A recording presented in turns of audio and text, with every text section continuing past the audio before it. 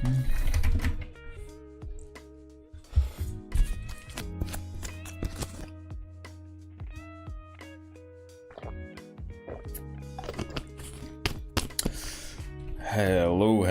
I think we're live now. How is everyone doing? I realize that this is a bit too loud. Maybe so is the volume here. There you go. How's everyone doing? Welcome to another stream. And I don't think there's anyone yet. But in today's stream, we're going to be doing some Haskell. We're going to be relearning some Haskell, I guess, right? And let me just check that the volume, is all fine, and I can kind of hear myself on the stream, and also the music. But in today's stream, we're going to be doing some Haskell. We're going to be relearning some Haskell, I guess, right? And let me just check that the volume, is all fine, and I can kind of hear myself on the stream, and also the music. But in today's stream, we're going to be doing some Haskell. We're going to be... Yeah, okay, I mean, the music isn't too loud, and that is okay. I can probably turn it up a little bit, and this is perfect now. Yes, so here we go. So a few things for the agenda today. So my plan is to essentially just get some of the challenges done in the 99 Haskell problems page here. So this is like a collection of 99 Haskell, like very simple problems, varying from very simple problems to kind of like more advanced like challenges for Haskell.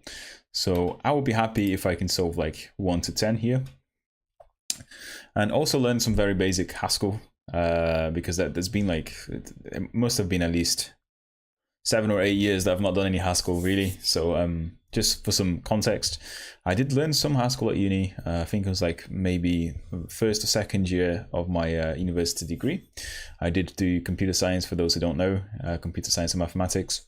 And yeah, one of my modules was basically aimed at functional programming, and I did really enjoy the time, back then. So let's see if I still enjoy it today. But yeah, I mean, the plan is to get some of these questions, some of these challenges done. But before that, we actually have to set up Haskell on my Raspberry Pi. I will be working from the Raspberry Pi today. I'm not going to install the compilers and the toolchain in my main machine, just because I don't want to clutter it too much. But I'm going to do that on the Raspberry Pi instead, and I'll be doing that remotely over the Visual Studio VsCode, sorry, with the remote extensions. So that's what we're going to start doing now. And I found this very helpful article on getting Raspberry Pi Haskell installed on the Raspberry Pi 4, which is kind of the Raspberry Pi I have. So let's try and follow this and see if we can get it working, right? I'm going to continue to play the music here so we're not too bored, and hopefully I'm not going to get DCMA struck. And yeah, let's go. Let's open Visual Studio Code. I don't even know what the last thing it was that I opened was. Yeah, some code and recipes, that's fine. So let's see, remote, show menu, connect to WSL, connect to host. We have Raspberry Pi local here.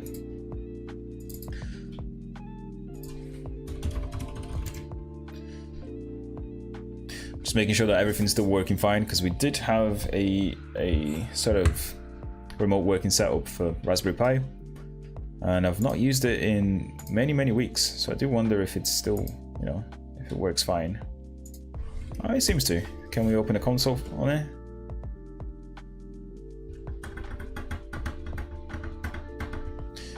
I mean, at least this seems to be very slow. I don't know why. Let's update Z shell.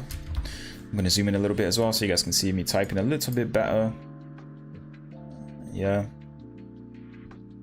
Okay, cool. I am on the Raspberry Pi. And yeah, let's follow this little example here. So I've read some of it before. It seems to be very well explained. Shout out to this person, Vaclav Sekar. I think that's how you say that. I hope I pronounced your name correctly, dude. And I'm going to post the link here if you're interested. What we're following, just on the chat so you can see it.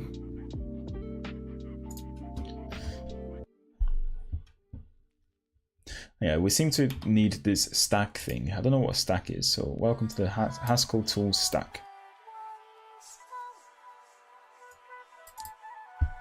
The Haskell tools stack is a program for developing Haskell projects. Is aimed at Haskellers, both new and experienced, cross-platform,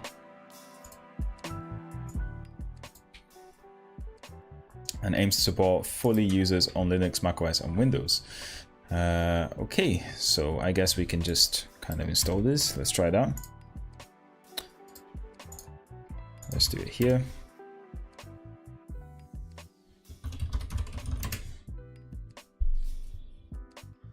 Hopefully we're gonna have no issues installing everything on the Raspberry Pi. So is this like a pip kind of thing, or I guess more like a virtual env thing for Python? I don't know which one it is. Either a package manager or an environment manager, right? I guess. Let me know if you use this on the comments, if there's anyone watching, if you've ever written Haskell and used Stack. When I did Haskell back in the day, I definitely didn't use this. So okay, for an immediate experience of using Stack to build an executable in Haskell, first you need to follow the guide to install the stack. Guide to install a stack. I mean, I thought that's what we're on. Why does it have a link to itself for it? To start a new project, issue these 4 commands in the terminal. Cool. Password again. Yeah, cool. Ah, nice. So we do have stack now. And let's try and issue these 4 commands here. So if we go to development, and if we do a stack new 99 problems,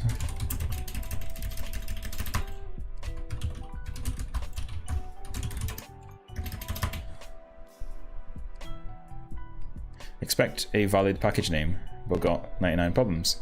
Consists of one or more alphanumeric words separated by hyphens. To avoid ambiguity of version numbers, each of these words must contain at least 1 letter. So we do have hyphens here. I guess what it doesn't like is the 99, right? Haskell problems. There you go.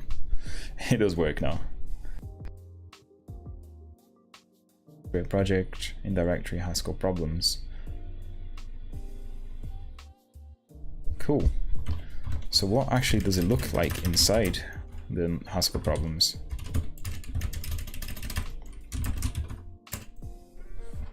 So you've got all of this. It does initialize a Git repository, which is cool. So this is more like I guess a cargo, right? Than pip is to Python. This is a full-on kind of, I guess, environment and project manager.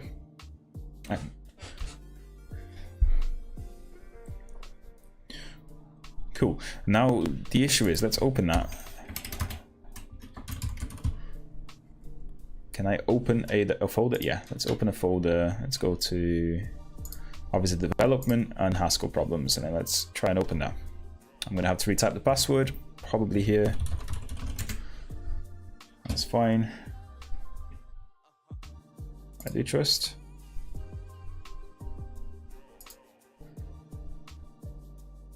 Okay, cool. So package.yaml. I do like this. This is nice. This is not something I kind of knew before, to be honest. When I did Haskell back in the day, I only installed the I guess the compiler GHC, right? GHCI for the interpreter as well. Stack build and stack execute, right? Cool. Let's try these commands. So if we just do a stack build here, what happens? Preparing to install GHC, which is the compiler, to an isolated location. This will not interfere with any system level installations. And I'm happy that it kind of has a pre-built GHC version here, because I honestly thought I would have to compile this from source, you know, on the Raspberry Pi. I didn't know whether or not they support the Raspberry Pi 4. But that is interesting. So basically, I mean, I read this tutorial here, and he's setting it up, and he's like also install LLVM and whatnot to basically compile GHC. But from the looks of it, I don't really need to follow that anymore because it just installs it, right? So while that's installing, let's take a look at what stack creates for us. So app has a module main here. Before that, let's actually install the Haskell language server for. Okay, and then we're going to install that as well. Cool, so it should have Haskell. There you go. How do you want the extension to manage discover HLS and the relevant toolchain? Oh, I don't want to click on this now. Alright, let's do it automatically. Before I install this, I'm just going to wait for. Oh yeah, it says installing GHC anyway here.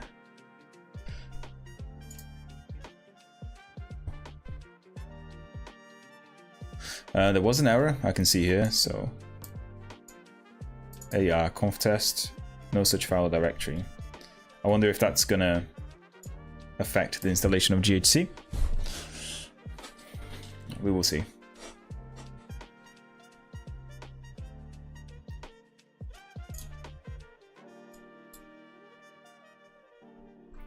So it's been a long time since I've, well, actually I streamed, I think it was last Friday or something. So I hope kind of everyone's doing well. If there's anyone watching this, I think some of the guys who usually watch this stream have been busy recently, so I've not seen them. I certainly have been busy though. I'm still trying to work as hard as I can on actual work, and then releasing videos and recording videos. These things do take time, guys, you know. Yeah, I have no idea why this is there. I'm pretty sure that's gonna affect the installation of Haskell.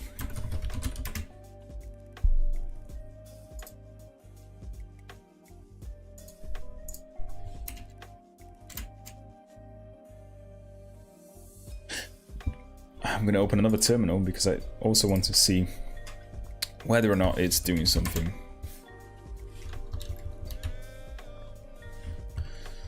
Actually, let's just open it locally here on my Ubuntu for a nicer HTOP output. Yeah, I'm just very interested to see if this is actually doing anything, because it seems to be frozen here, so.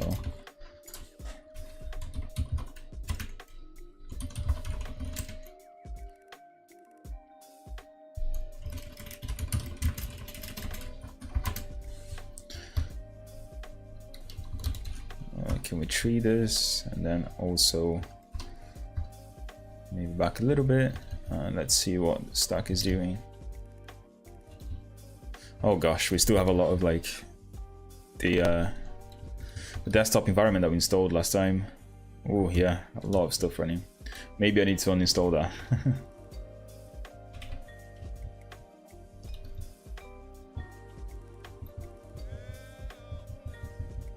Let's do a search here. So what is this? Stack. Yeah, stack build is kind of working, I guess. Programs Arch64 GHC. What is it actually doing here?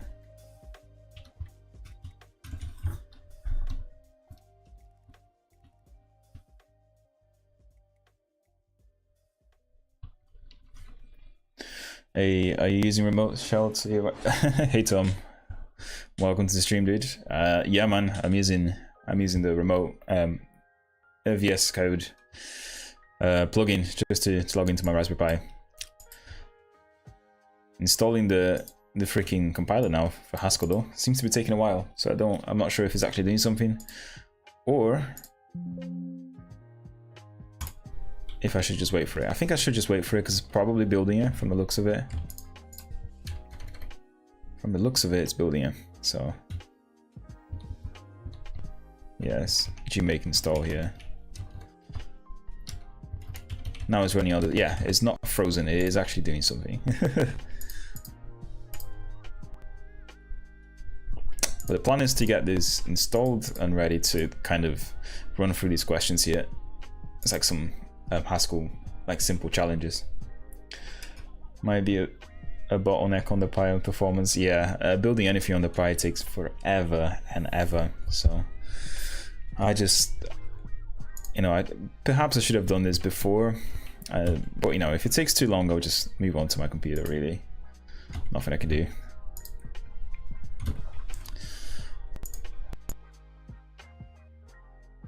Functional programming before. This is pure functional, and it's like different to the usual syntax. A bit more anal, if I say so myself. But it's very nice. You can do very like very complex programs in very few lines, basically. Great idea. Yeah. I mean, yeah, if people like actually just sitting here and watching it build, I guess it is a good idea, but that's not always ideal for people, I guess.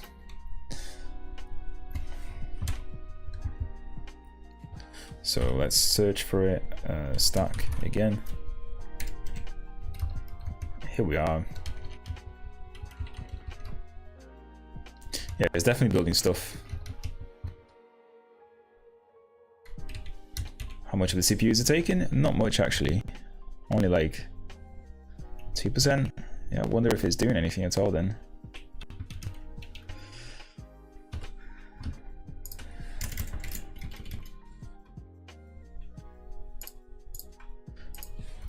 Let's see. I do wonder if it just takes a long time for people. So stack build Raspberry Pi for long. Just, oh, dude, these cases look amazing, whatever they are.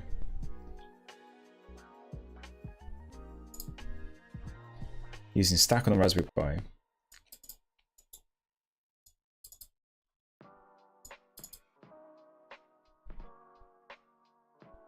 Yeah, I mean, nothing that screams that we wouldn't be able to install this on a Pi. Yeah, I should have definitely done this like 2 hours ago. But it's not a problem. What we can do is we can just jump onto my actual Linux for now and install it here, really. So we can just do it here. Now, where is stack? Stack.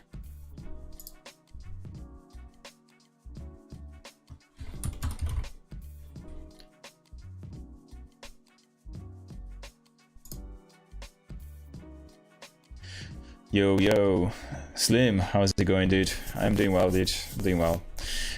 I just remembered that we need to finish that code review for your project, right? We've never finished that. Maybe we have some time later on today. How's it going, my dude? It's been a like maybe 2 weeks, right? I think I didn't stream much last week, so I didn't really see many of you guys because I was busy playing Counter-Strike, apparently. So and I'm still shit at it, unfortunately. I'm still shit at it. Install stack. I'm just playing Tibia. Ooh, dude, yeah, Tibia is it's a good game. I used to play that back in the day. Yeah, we've talked about it. I'm pretty sure. Like, it's very, very big in Brazil. Very, very big game. Install stack Haskell.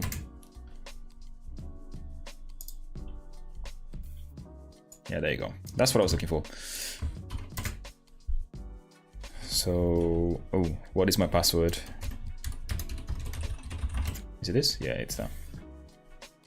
Let's see how much faster it is to install it on my machine, my actual machine, rather than the Raspberry Pi.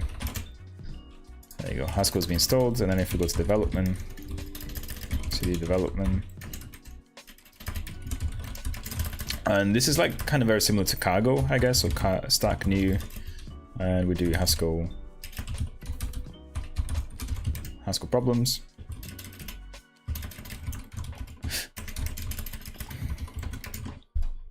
And we can code on this.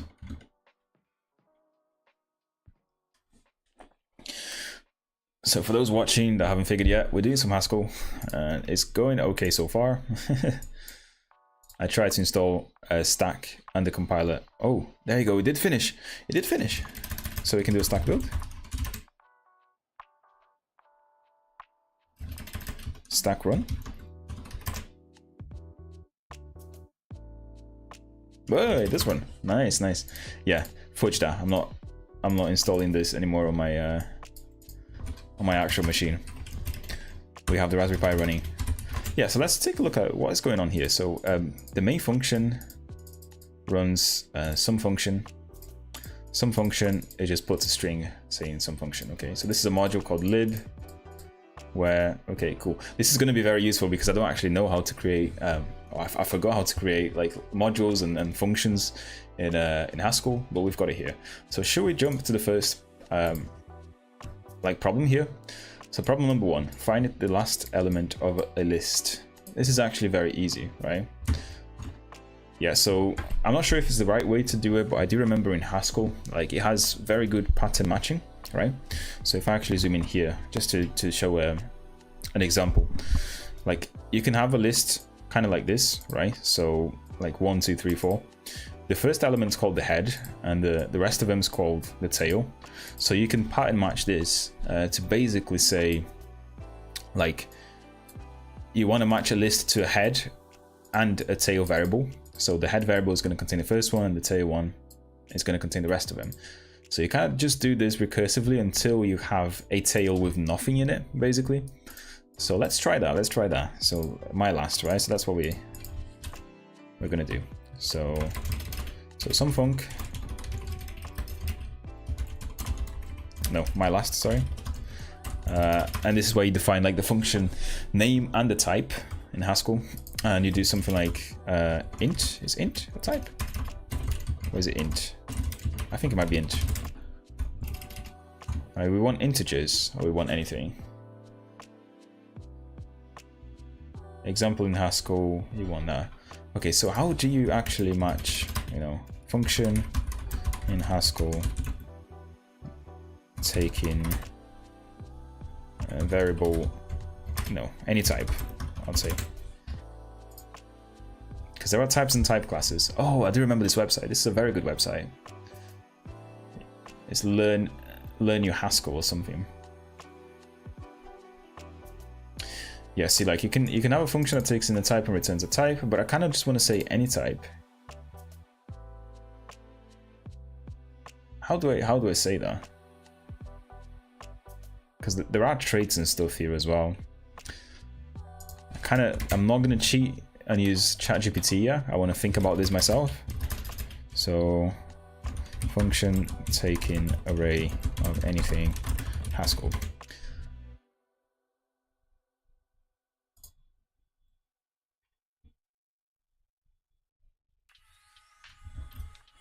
So how do we do this?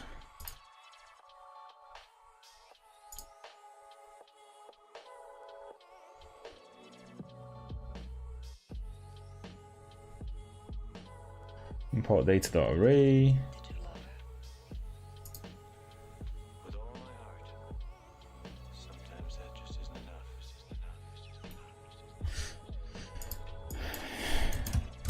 Take generic argument Haskell. Maybe that's the right way to actually search for this.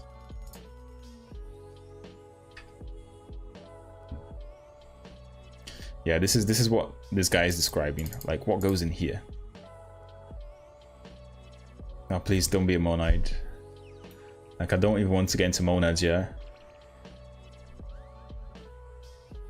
I mean, find the last element of a list, right?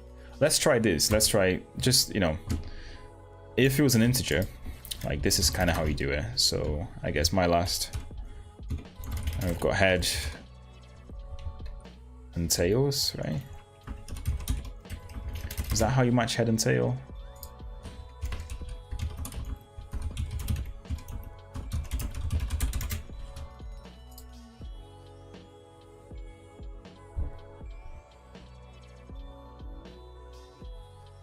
Oh, there you go. So you match head and tail. Okay, that's how you do it. I just forgot the syntax, but it's kind of like this: head and tail. We're gonna get my last of just the tail, right? However, if we match my last with just a header and no tail, basically, just one element here, we just want to return H, right? Because that's the last element.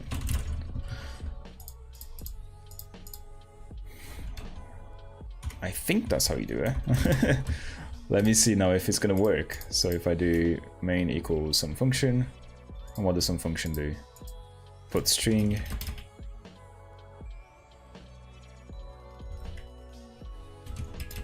Can I do this? My last.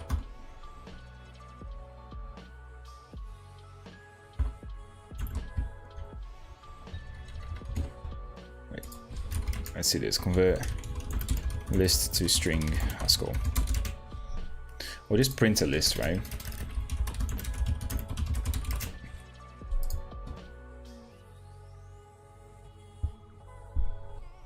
And then there is a built-in function called that. It's equivalent to print line, put string line. Show.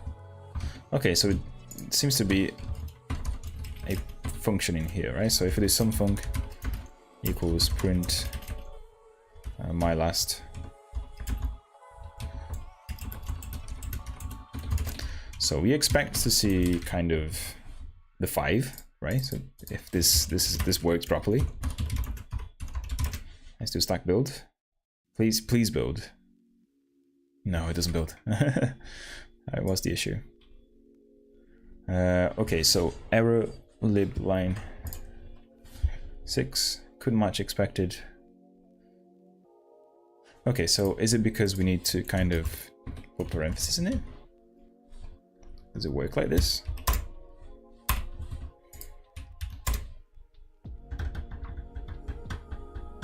No, it still doesn't work. Why? Couldn't match expected type an array of a 2 to a 1 with actual type integer. Why not? The function my last is applied to the value of the argument. The function my last is applied to one value argument, but its int has none. And the first argument of print, namely my last, and the expression print. Yeah, okay, so it's actually failing on the function compilation. So how do we have an array take list of integer Haskell?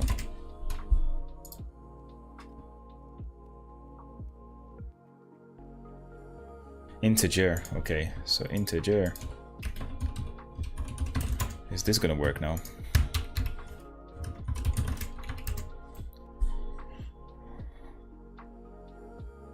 Still doesn't. Still does not work.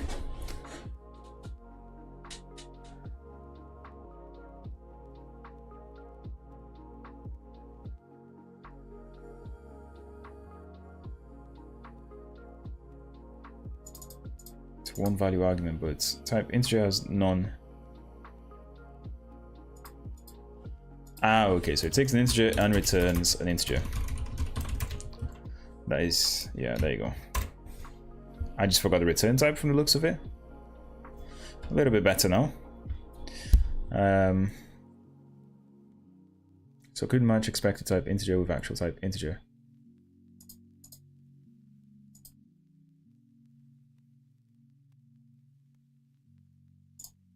Okay, this is the syntax. This is a skill issue now, and I'm missing the syntax. In the pattern, head and tails.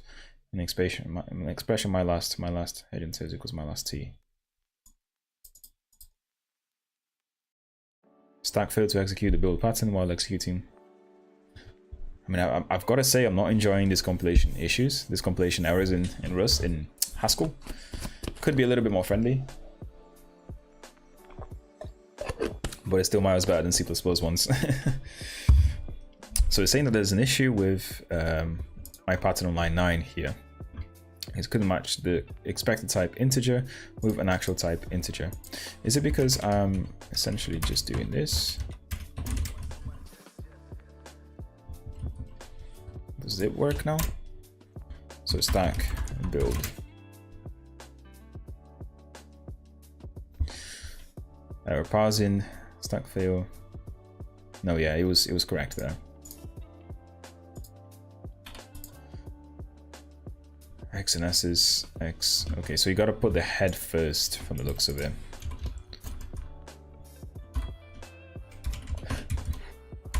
And does it kind of make sense? Yeah, it does, right? You want to match the base case first.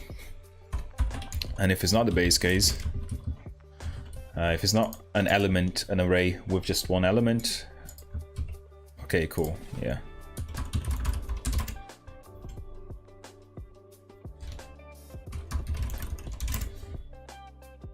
This has been the longest Hello World program that I've written in my head, in my mind, in my life. What is the issue here now? Stack failed to execute the build plan. Could match expected type integer with actual type. Now why is this? It's saying that my last T is of type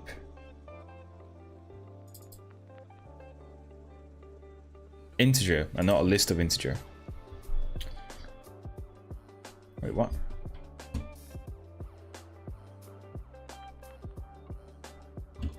This is driving me nuts now. So joins takes a string and another string and returns a string. The error for the latter is... okay. Maybe we need to look at a very quick learning Haskell like lesson on lists. Let's take a look. Pattern matching. So an intro to lists. Let's see if this has what we want, which is the head and tail matching. Yeah, there you go. So there's a function called head that gives you the very first one, and a function called tail that gives you, you know, the rest of them. Is it going to teach us pattern matching in functions? Not yet. So let's look at pattern matchings here, because it will probably be here somewhere, right?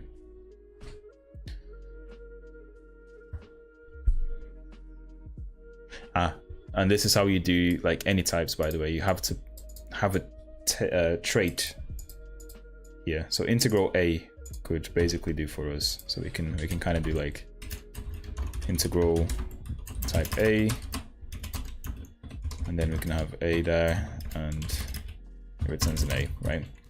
So any like integral type is going to work with this function so far, but I'm not yet seeing how to get the head here. So can't call head on an empty list.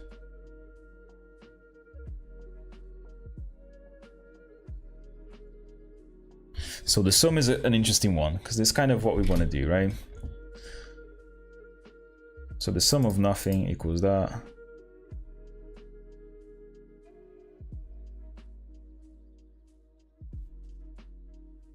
Okay, yeah, we definitely also want, now that I realize, a very basic case, my last on an empty list equals, I mean, it will be nothing here really, right? I mean, yeah, in this case it doesn't really make sense, but well.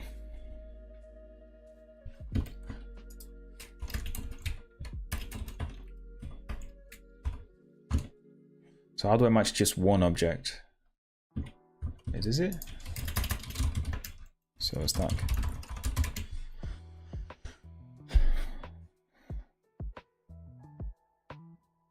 This is a warning. That's better. That means it's compiling now, right? Yeah, good, it compiles.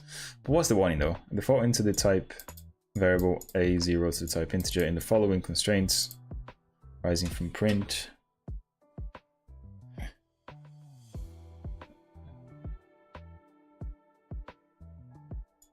Okay, warning, unused matches. Yeah, so we don't care about that. We can just do that. So we got rid of one of the warnings. So I guess things just work better when you actually read a tutorial beforehand. We've only got that warning on the print now. I don't really know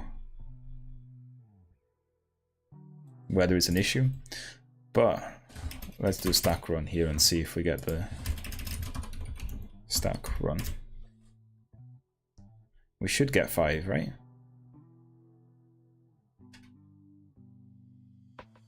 Yeah, good. So we get 5. Now I do wonder, like, this should really not be a valid thing, because you can't have a last element of an empty list, right? There was an example here in the head, like error. Okay, we can do this. We can print an error, I guess, right? So if the list is empty.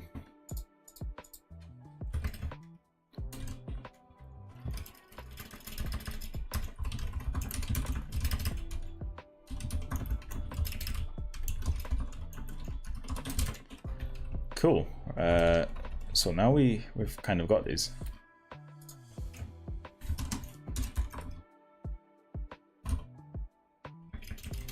Okay.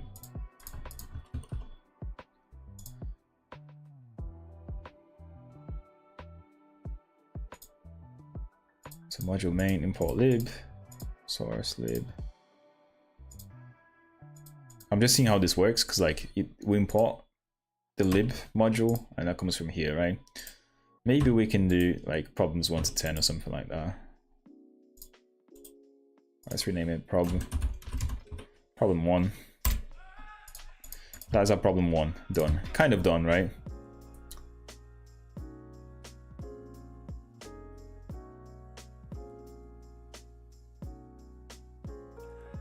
I wonder as well, like, can we, instead of having like an actual trait here, so whether it's an integral or a real float or something like that, can we just have this?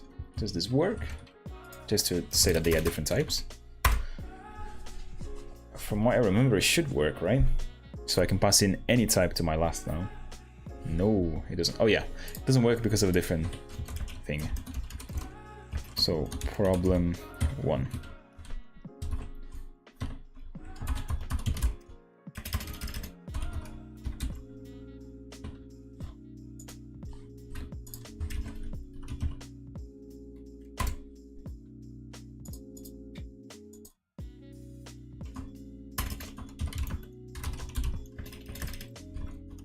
I can't spell today, guys. Cool.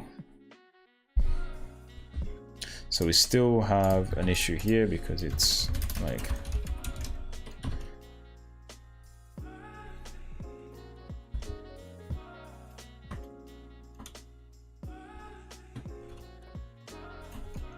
and I guess these are the functions we want to export from the looks of it. So I definitely want to do my last, or maybe just print challenge or something.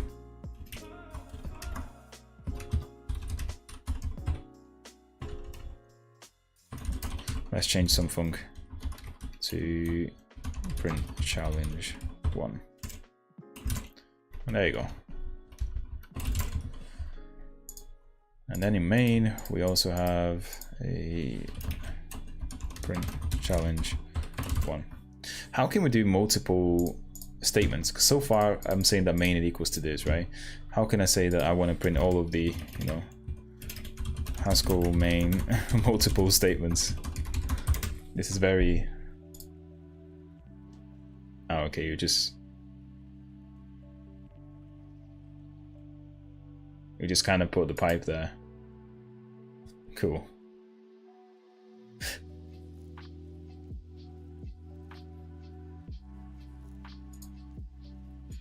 So Haskell main function example.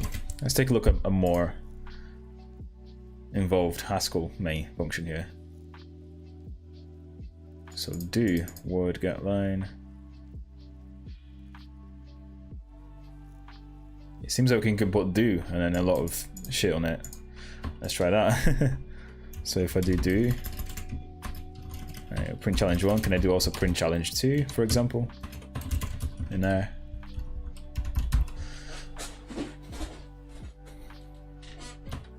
Cool. Let's make this a little bit better as well by not printing this function but exporting the my last here. Right? Because then in here we can just say print something like, you know,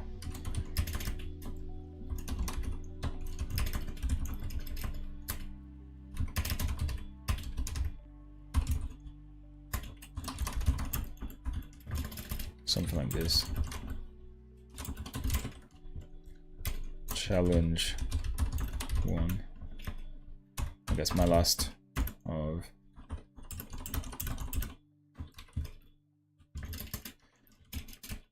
And does it also work if I put another one here?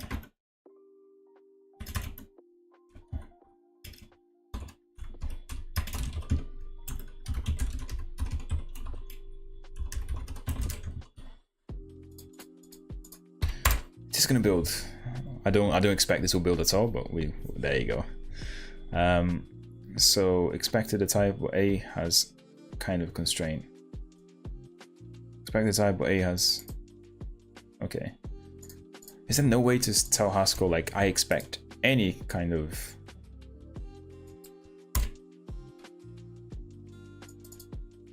Ah, okay, it's just like that. My bad. So you don't need this, right?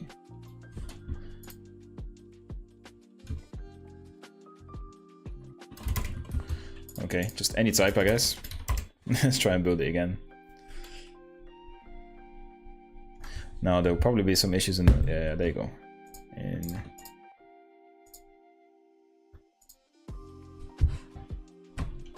yeah, we don't have this function yet though. Can you comment? Can you comment in Haskell?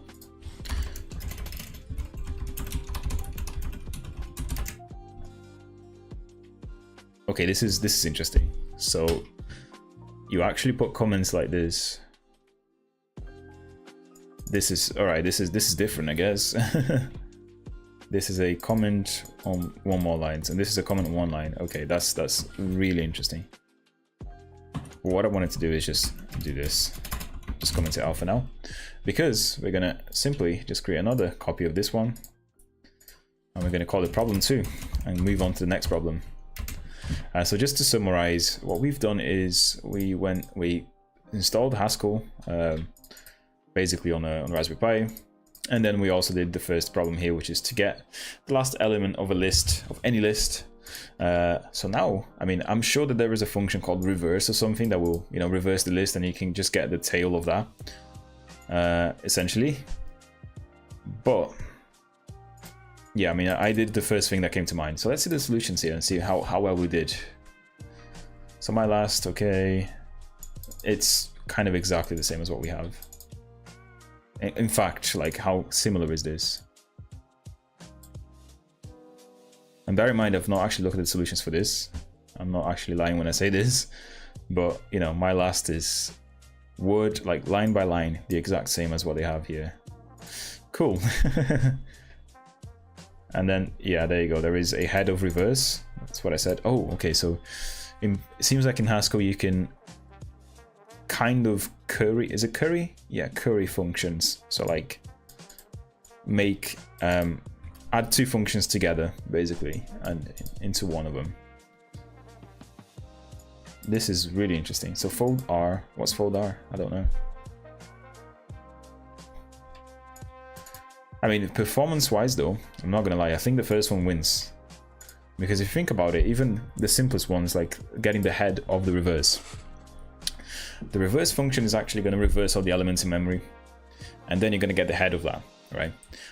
So you are reversing and doing unnecessary work, whereas in here, you're just iterating through the elements of the list and then returning the very last one of the slice, right? This is more like a slice instead of, I'm saying arrays or lists, but this is a slice. Yeah, I mean, this is interesting.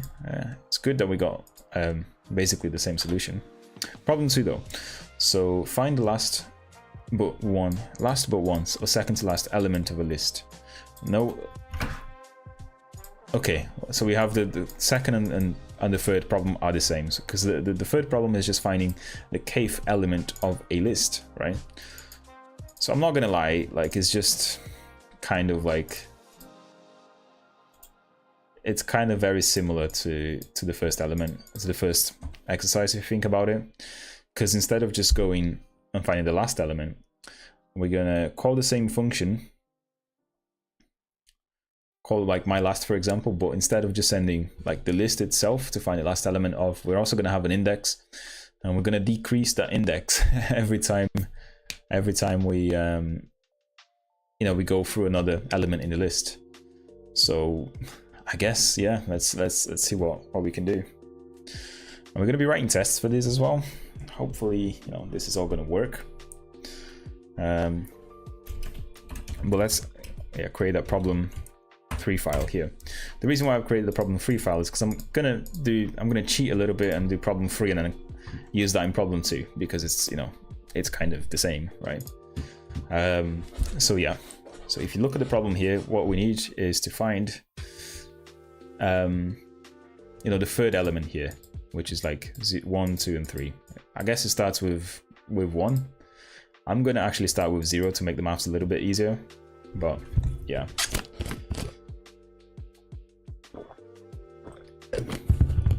Let's do this.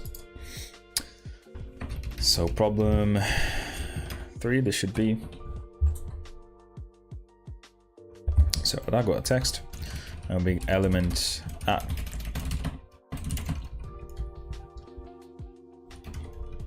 And yeah, let's define that. So element at, and then what we have is a list, any list, and we're also going to take in the integer, right? And then we're going to return an A. So what this is saying is that the function called element at takes in a list of any element and an integer and returns a type of this any element of our list here. So yeah, now let's think about the base case first though, because it seems like we have to think about the base cases all the time.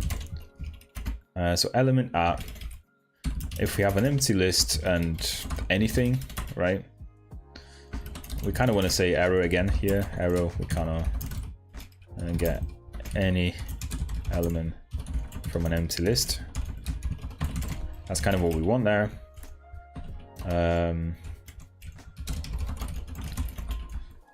And then let's think about it a little bit more now. So if we have head and tail here, right? And we also have a 1 or 0. Let's put it 0, right? So we start with 0.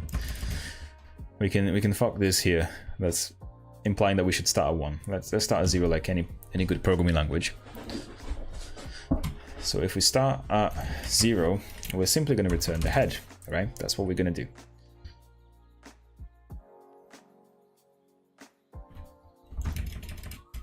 And yeah.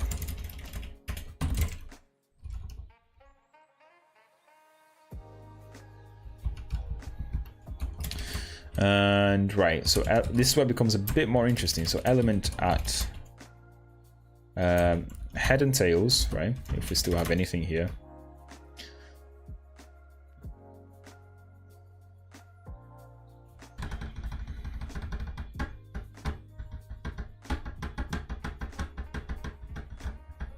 Yeah, if we have a list, a valid list, and any number, what do we return? We're going to return, I think, element at, and then we're going to pass in the tails and n-1, right? That's what we should be doing here. And also, I'm going to make sure that integer is always a positive number. I'm not sure if that's the case in Haskell. So we've got types and classes here. Integer. These are the ones we have. Bool, char, int. Oh, there are 2 types. Why are they different? So what is the difference between int and integer? That's my question.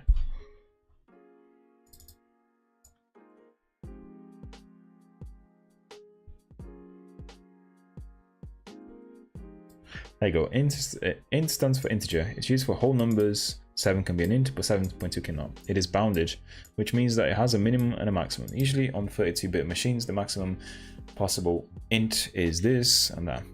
Integer stands for also integer. The main difference is that it's not bounded, so it can be used to represent really, really big numbers. I mean, like really, really big. Okay, so there's just a higher precision integer from the looks of it, and I'm fine with that. So how do I say that I want to make sure?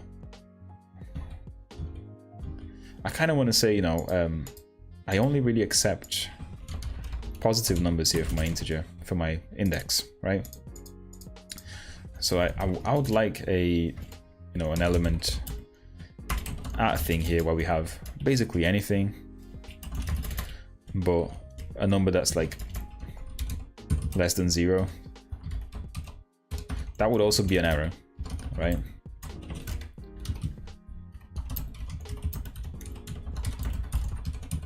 That would also be an error. So how do I match? Okay, let's see if there is a type that's always positive at least. Haskell match negative, pattern match negative numbers. How do we do that?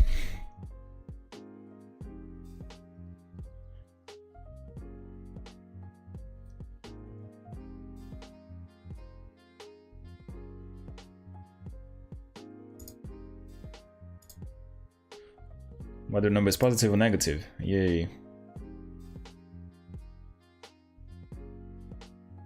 So we can have guards. Guards are like if statements as well in Haskell. I do remember these things. If is positive equals positive. Okay.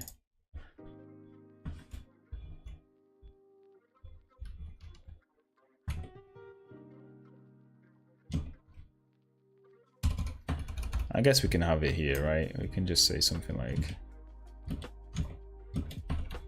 and also this should be just plus. Yeah, this should just be just equals, sorry. Yeah, if n is more than 0, it shouldn't be 0 in this case, so if it's more than 0, then we do element at t and n minus 1. Otherwise, is that a word? Is otherwise not a word here? I thought it would be. Yeah, there you go. Otherwise is equals to error. Cannot have a negative index.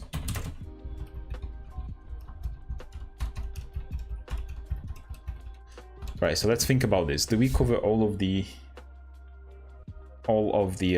problems here? So we have it when the list is empty. It doesn't matter which index we have, because the list is always going to be empty, right? So we throw an error saying we can't get any element from the list. Cool.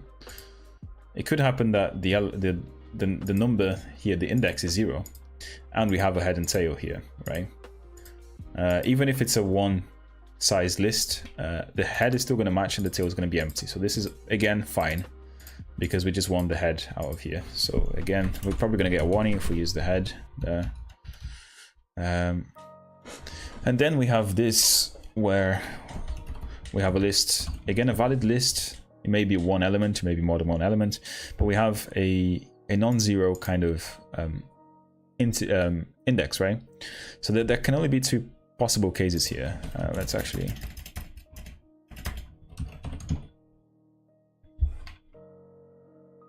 yeah, there you go. So either the n is more than 0, in which case, we can actually get the a valid index out of it. So like it may be 2, it may be 1. So we want to get that element.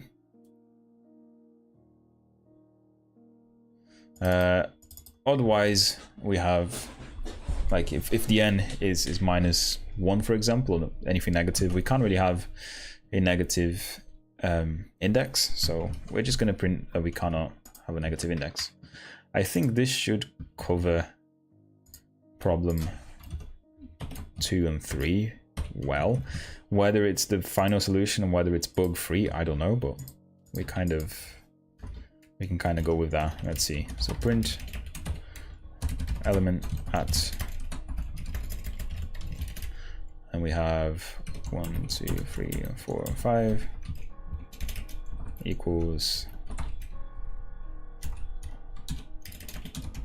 element at, and we're also going to import problem 3 to here.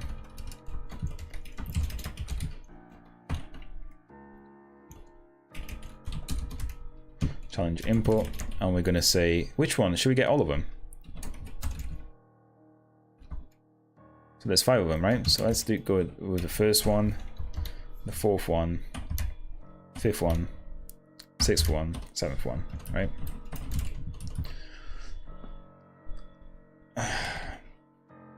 And yeah, so these should get all of them.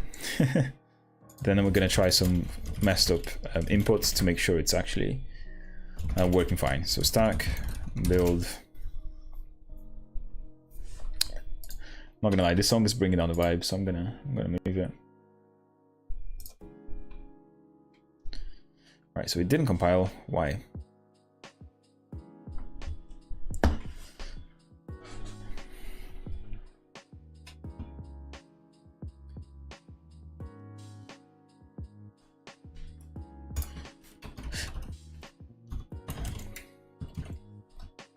I just want one output. It's too much for me, for my ADHD brain there.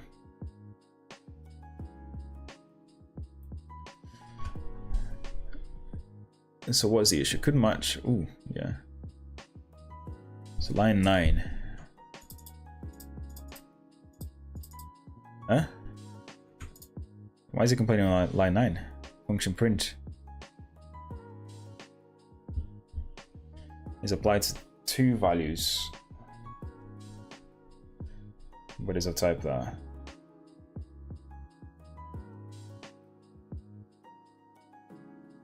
Okay, so maybe this is not how you run multiple lines in the main, right? So do that equals that. I don't see the issue. What is the issue? So if I comment this one out, does it work?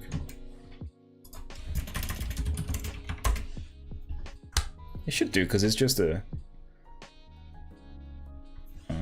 Okay, no, it doesn't work. Could match expected value T0 with actual type IO.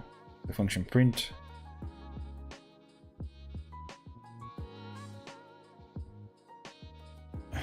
So what is going on here? Is applied to 2 value arguments, but its type string to IO has only 1, and a do block.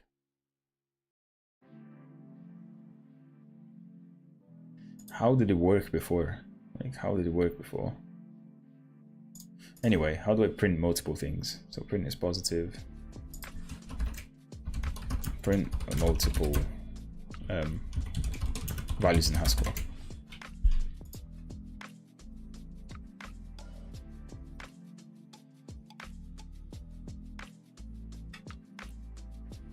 Intercalate. You can convert each int in your list to a string using a show, and create the join string using intercalate.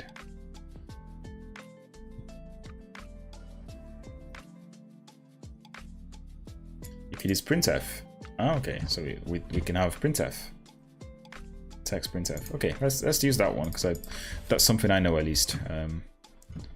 So I can do import text. Does this work?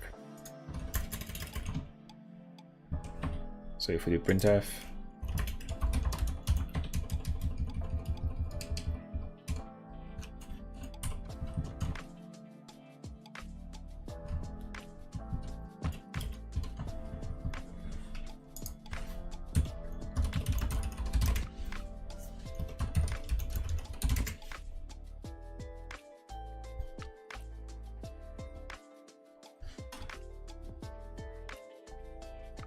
what is going on now? So error ambiguous variable type T0 arising from printf.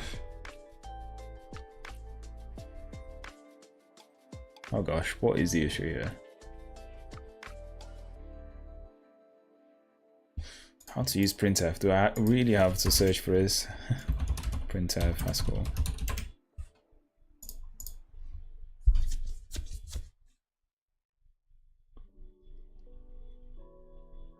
So what do I have to import here to be able to use printf?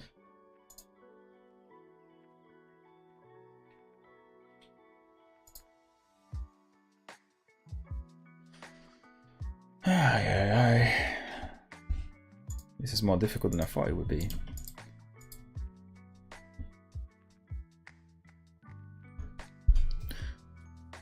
define input text printf. So probable fix, use a type annotation to specify what T0 should be. Like what? How do I do a type annotation there?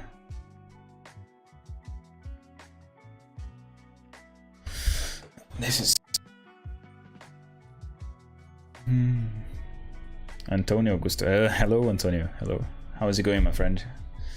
Tudo bem? We're doing some Haskell today. We're on problem 3 now and having issues with the compiler, but we're getting there, we're getting there.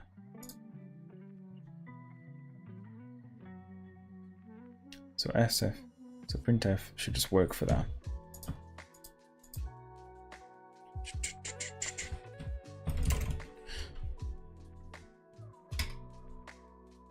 Let's see if we can solve this.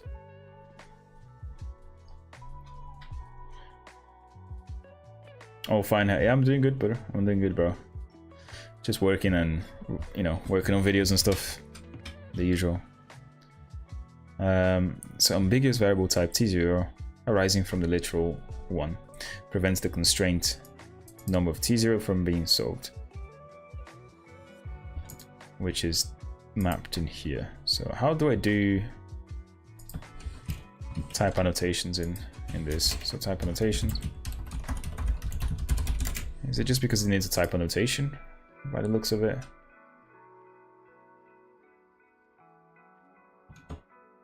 Yeah, I guess we do. So something like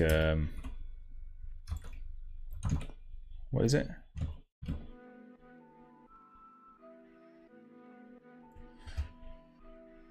Are those the Haskell 99? Yeah, these are, man. I'm trying to do them. I'm taking that you've tried it before, right?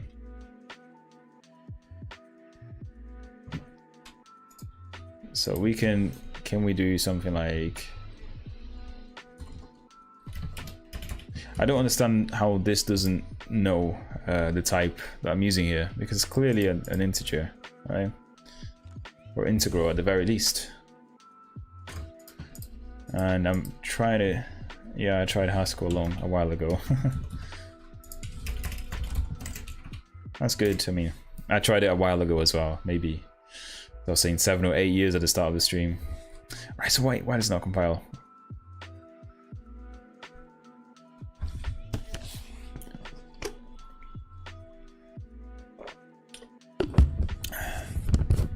In the expression this. So how do I say that this is a type? All right, so how do I say that this is a variable type Haskell? How do I kind of define a type for the variable? Because it's just confused about the type, I guess. But the scope is local, blah, blah, blah. That equals that. The expression equals that, okay. Where are the types? Where are the type annotations?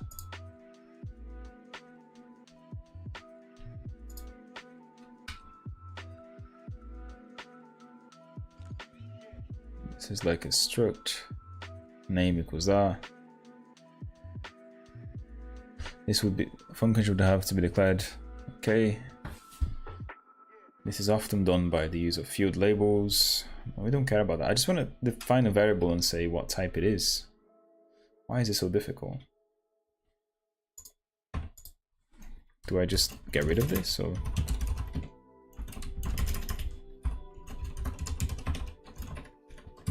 Is this gonna work now? Because there's no way this is the issue, right? There's just no way. Haskell isn't smart enough to figure out. Well, assume one of these types for my thing. And if that, I'm gonna just cry. Challenge one input. You need a let in a block. Okay. This is eating me alive now. Let's bring out the big guns. So ChatGPT. What does ChatGPT say about it?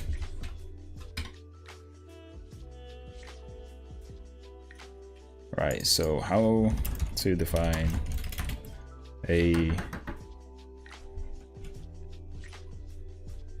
variable in Haskell with a type definition.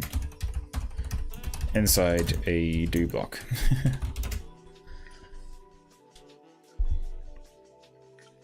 So let equals, oh, okay, cool. I just, just a skill issue, I guess, right? So just a skill issue. So I could do let input equals that, and then, cool. Is it gonna work now though? Still nothing, still nothing. So parse error input.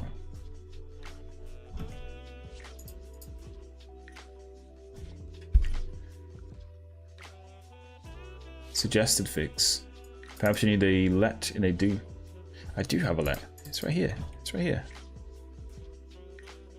Assign the value. Okay. That's what I'm doing though.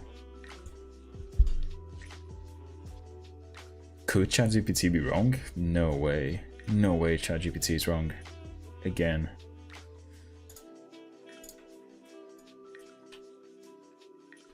So parse error on this. Suggest fix. Perhaps you need a let in a while do instead of x equals 5. But I want to define the type. I want to define the type and it's not showing me.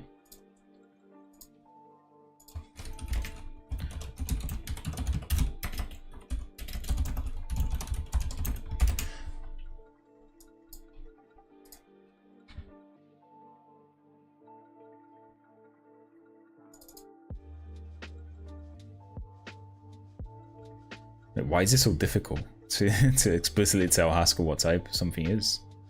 So we would enable that pragma and try it again. Oh, what the hell? There's just no way. There's just no way.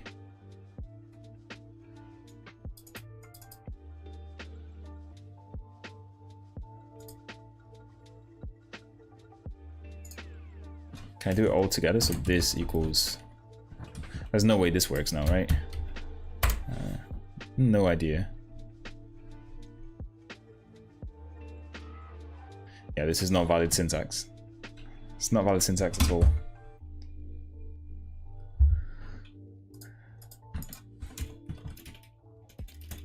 I mean, I definitely just want something like this, and I definitely would love for printf to just work with this.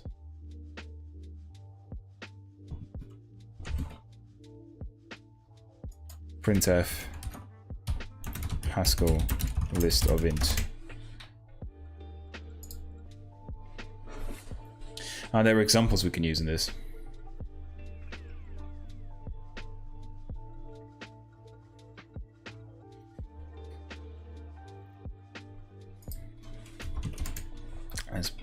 Maybe something like let challenge put. Yeah, let's try that. Before I try to... Oh, that's the wrong window. Let me try and do this. Let challenge put. But that's what I have. That's what I had here. You see, that's definitely what I had at the start. And it didn't work. The issue is, I guess, is because Haskell doesn't know what type challenge input is, or the elements inside it, because it can match two different ones. It says. Let's see. They can match numeral. Oh, sorry, double or integer. There you go. This was the very first error that we had. Hence why I was trying to define the type, because it says a possible fix somewhere would be to define a type. There you go. Ambiguous type T0 arising from use of printf prevents the constraint printf from being solved. Challenge input. Blah blah blah. Possible fix. Use a type annotation to specify what T0 should be. Now this is where I'm confused, because I think this is Haskell asking me to put a type on my challenge input, or is he asking me to do a type on printf? I don't know. That's what I'm trying to figure out. Yeah. Write Haskell code to print an index of a list of integers inside the main function with printf. Let's see what this will do.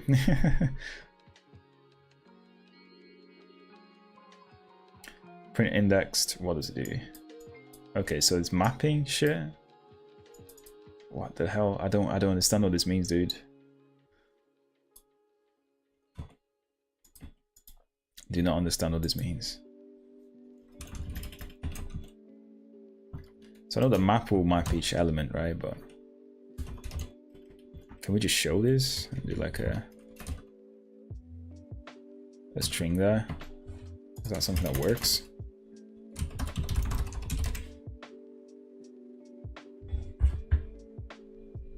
You know, doing the first challenge was so easy compared to this because of this stupid Haskell issues. Yeah.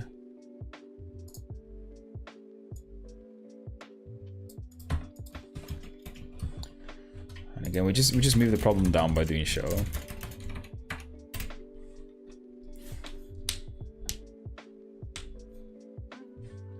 Okay, so let's just copy and paste the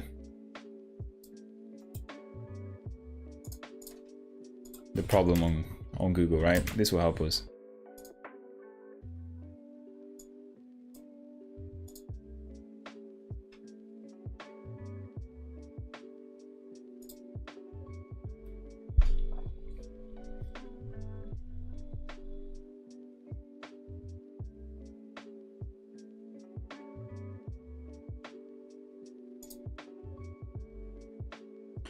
Like, I just want to print a value out.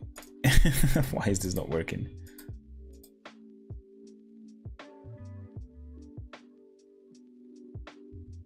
Printf equals. I thought the D should say, you know, which type it is. That's usually what printf does. It knows what the type is by the variable that you put in that, but maybe not in Haskell.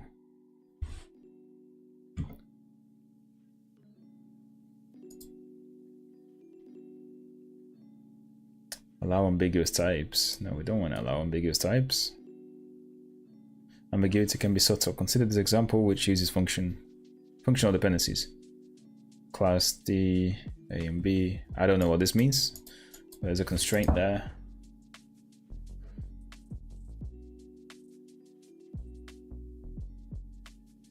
Yeah, I'm not going to understand this. I'm very new to Haskell.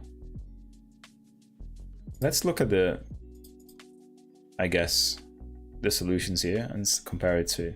No, let's not do that yet. Not yet. Because either way, this is going to have just a solution for the element at function, which we already defined. I just want to test it now, which is this one here. But I can't print it. I just can't print it. So, yeah.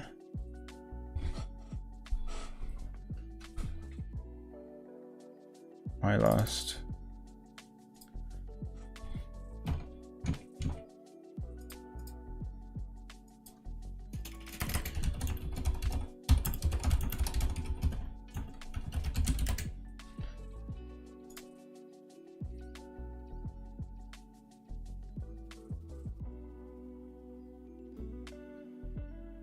The first thing you need to fix is that you're applying printf to 3 arguments, not to like you think. You'd want to explicitly surround the application of length in parameters. Yeah, I mean, we do have parameters here to make sure that, yeah, we're actually just calling this the more idiomatic version of the above. What does this do? Ooh. You either put string or put string. Just use show if the type is of the show type class, which most types you will deal with are, or you can write your own instance. Okay, can we try that? Can we try put string and then do whatever this is? I think just says whatever comes after are the arguments. Put string equals r. And we're going to show.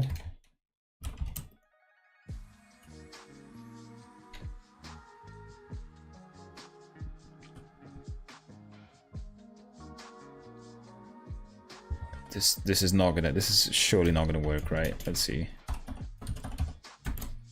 Not in the same line anyway.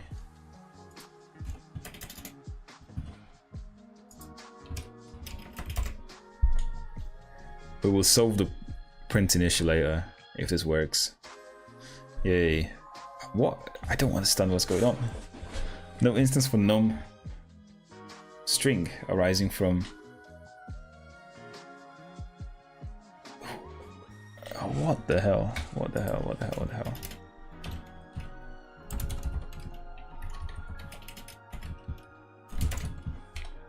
Maybe that was just wrong. Maybe that was just me.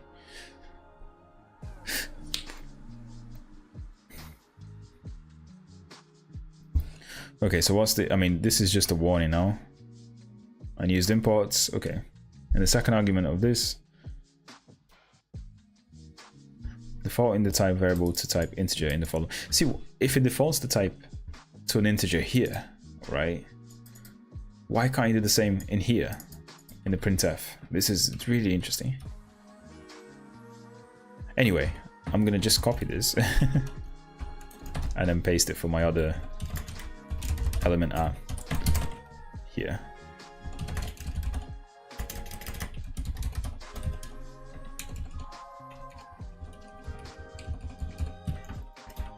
So this should get my first element.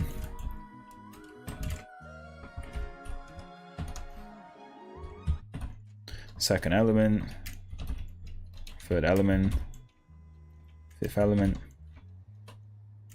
Yeah, that's it. 5 elements overall. And this should work.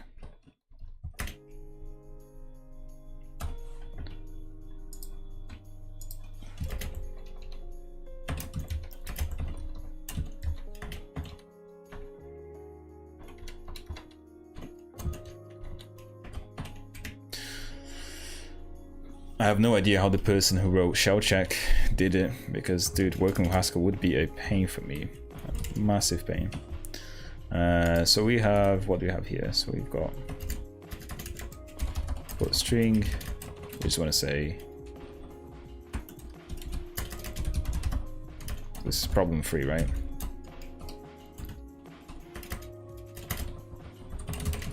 Cool. So let's see what happens. Yeah.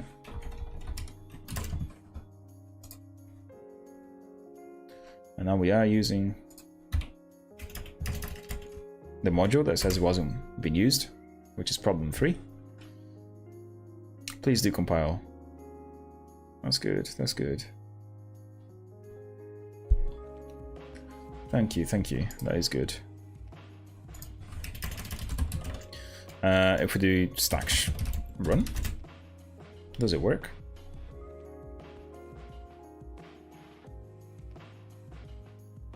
I tried let example 1 2 3 4, show last example, and it seems to work.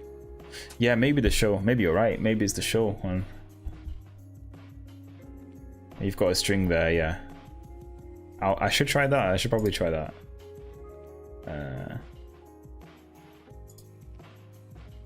This is not putting a new line though. Yeah, let's move those, let's try that. Let's try what you did, Antonio. So we have printf my last 1 2 3 4 5, and then importantly I have to put the string here. And what do you have?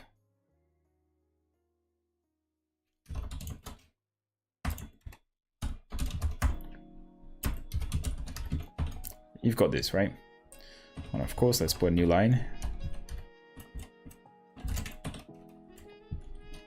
New line there as well, and let's move all of these to one liner again. So printf element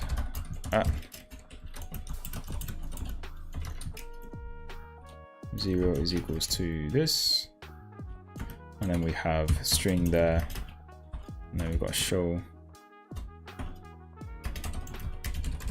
element challenge input 0.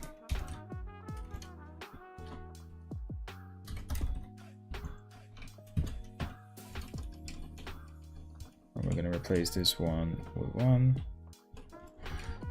I'm gonna replace this one with, oh no, 1 as well.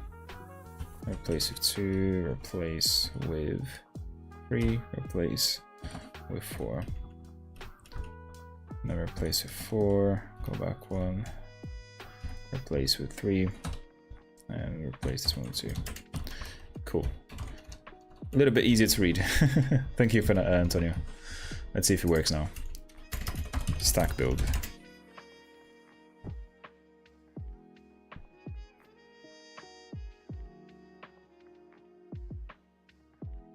Still complaining about that my last one. Like, why does it complain about this one and not these ones here? Because they return the same type as well. And it should be ambiguous, but I'll never know, dude. I'll never know. So stack run.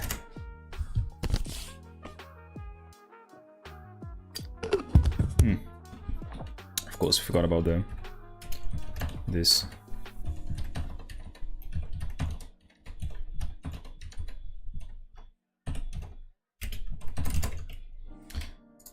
Let's do a stack run again.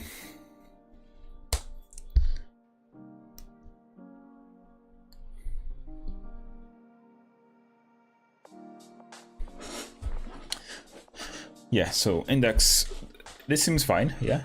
But I want to see if the function we wrote actually messes up. I mean, handles the error correctly, shall we say.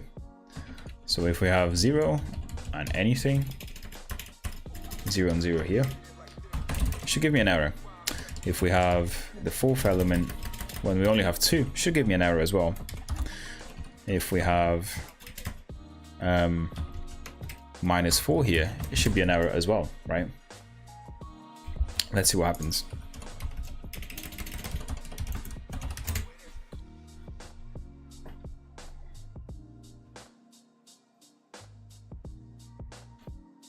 Link in and no. Let's see, they show 5 and it's not right. It's definitely not right. Let's see why. So when we match an empty list and 0, we should return an error. No idea why it's not returning that error. No idea.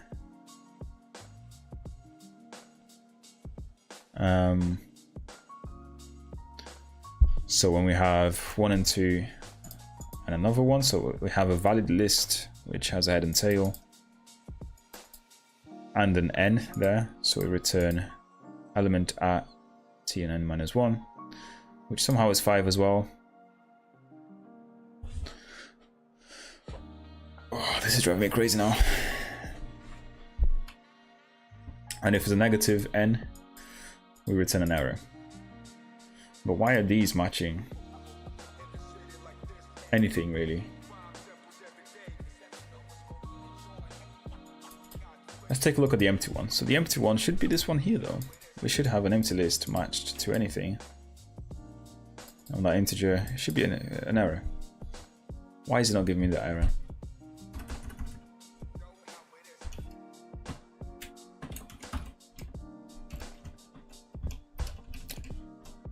I do wonder if it's actually working out. The error is somehow being converted to 5. I don't know.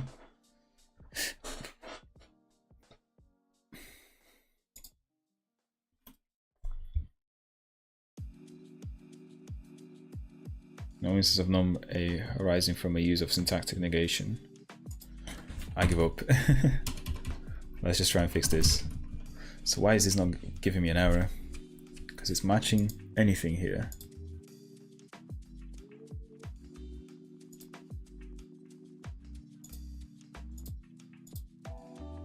This is fucked. This is fucked. What have we done here? So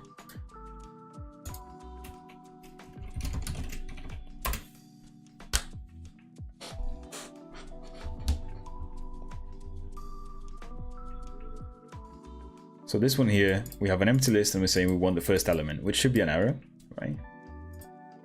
Should match to this one specifically, but it returns 5. Why? Why does it return 5? Ah, of course, it's because I'm a freaking idiot. Oh my god.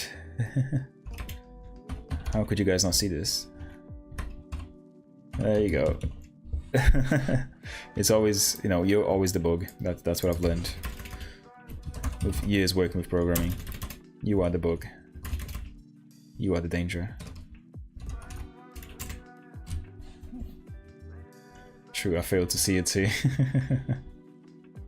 There you go. Now that makes a little bit more sense. Oh, does it? Does it make sense? Wait. Let's see. Ambiguous variable. Something arising. Oh, not again. Not again.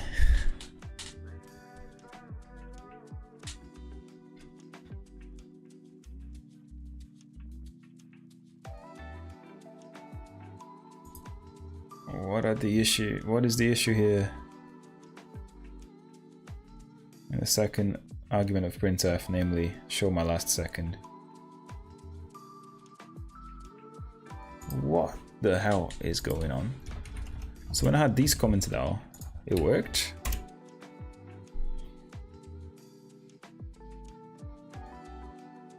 And we can agree that it doesn't complain about my last here, right? Because it shows it. But if I have just one of them commented out and I do a stack run,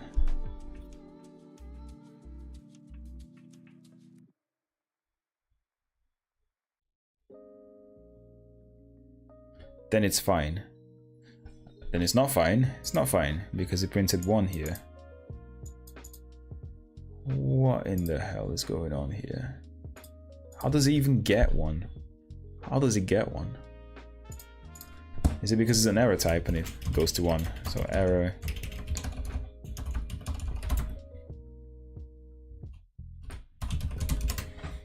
How can I return a string exception in Haskell?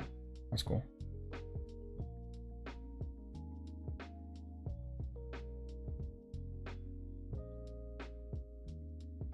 We have the maybe monads kind of thing in here. Error call exception. Just use error to throw an IO error. Yeah, that's what I did.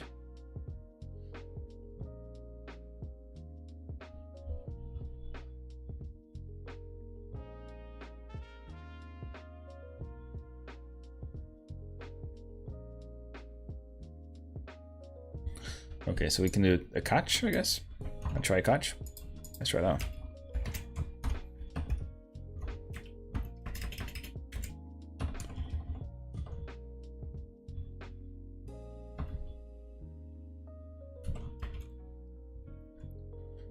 Print, and we have element at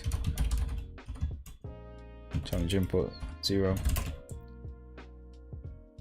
Ah, yeah. See another one, guys. Another one we failed to see. So we wanted to have, instead of this, we wanted this. Okay. See, this is what happens when you're working for 8 hours a day, and then you go home and you do more coding. Now this gives me an error. Why?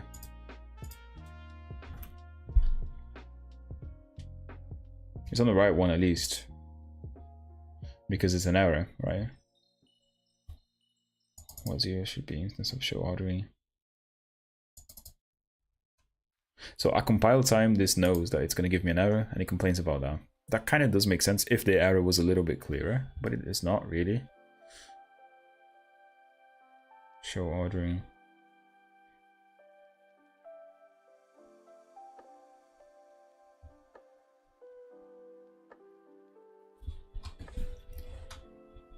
And the first element of that, and the first argument of this, namely show, in a second, an SMT block.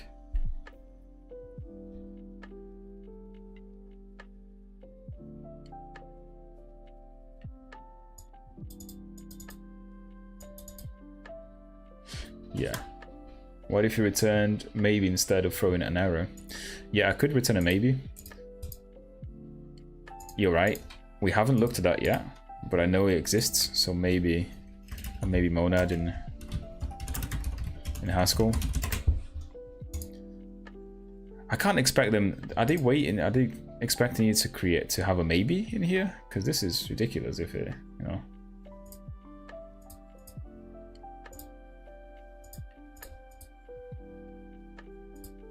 Where are we?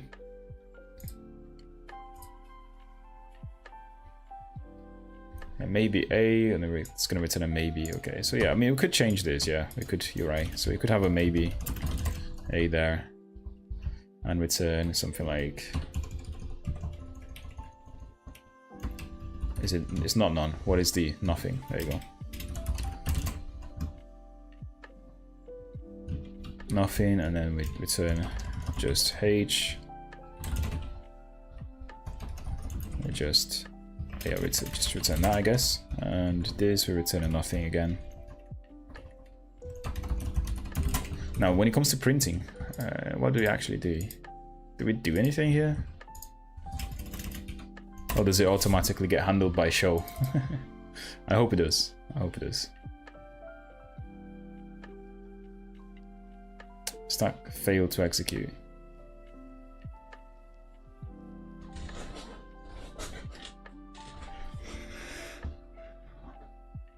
Ambiguous type variable. See, it's this issue again. I don't like, this is a ridiculous issue. So it tries to define.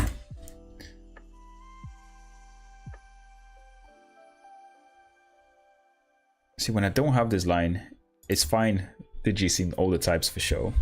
When I have this line here, which should, again, you know, this should return a maybe,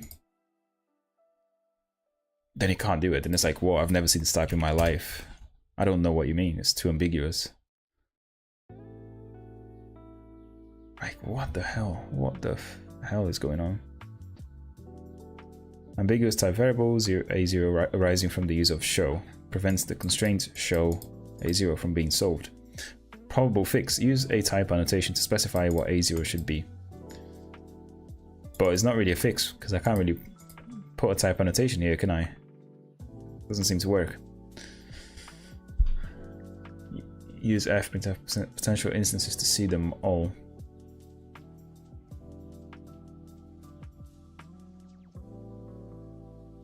What if I just don't have the show? What if I just have this? Does it work?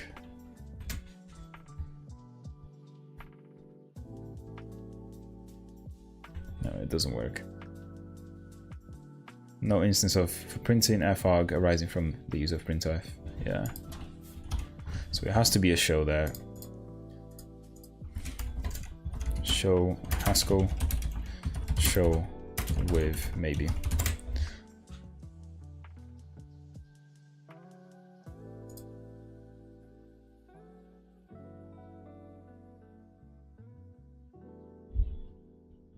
I could also just create, you know, a function up here, I guess.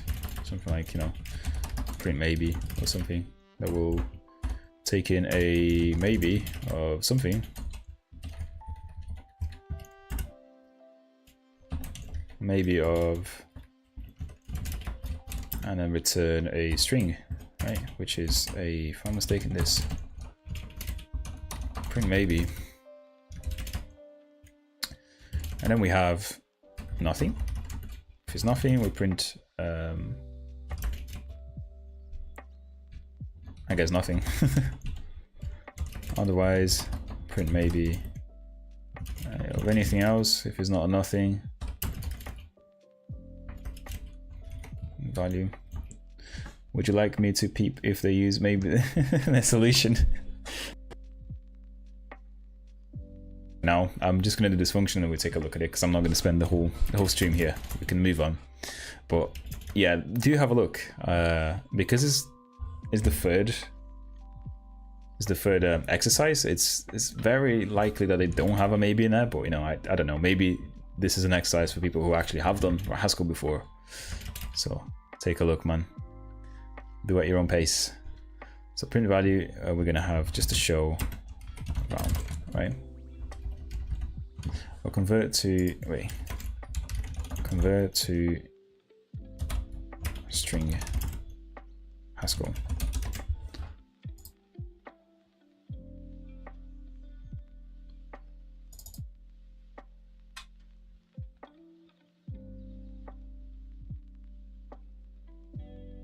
Is there a function to convert anything to a...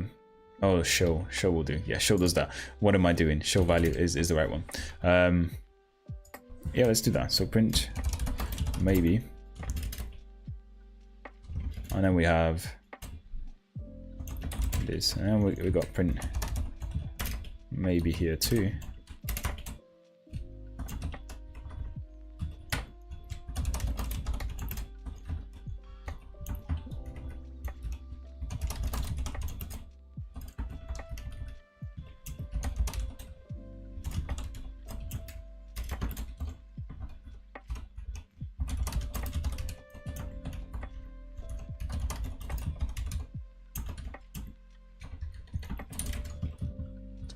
Right, let's see if this kind of works. I have a feeling that it's not going to. And it's a skill issue. I have no idea what's going on. Yeah, there you go. Expected constraint, maybe A has kind and signature type. Wait, how are we doing this? So maybe A.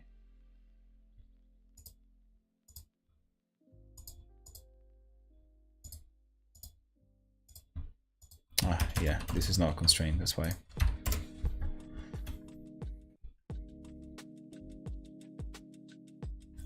Yay, it doesn't work. Why does it not work? Could match the expected maybe A0 with actual type character.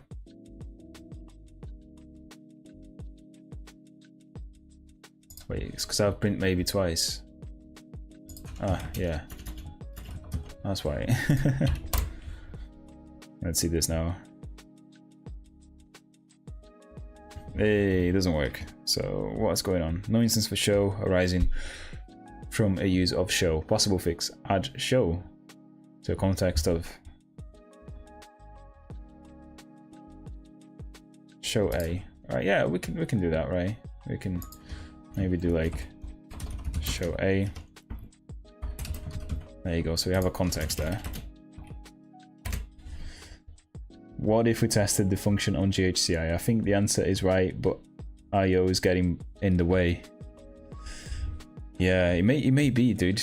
I think the answer is right as well, but I want to basically see how to print stuff in the main function anyway. That's the whole point of doing this. So we learn all of the Rust aspects, including the IO stuff, which is the side effect side of it. So A arising from the type of print maybe prevents show A from being solved. Possible fix. This is going to be the death of me now. So print maybe element of this. This is yeah, this is ridiculous. Absolutely ridiculous. But yeah, we can try GHCI. Do I have it here? GHCI? No.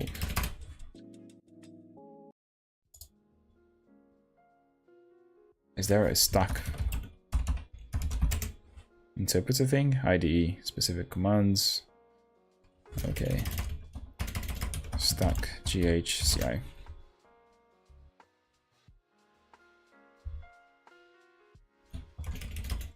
Okay, so what do we have here? So this is GHCI.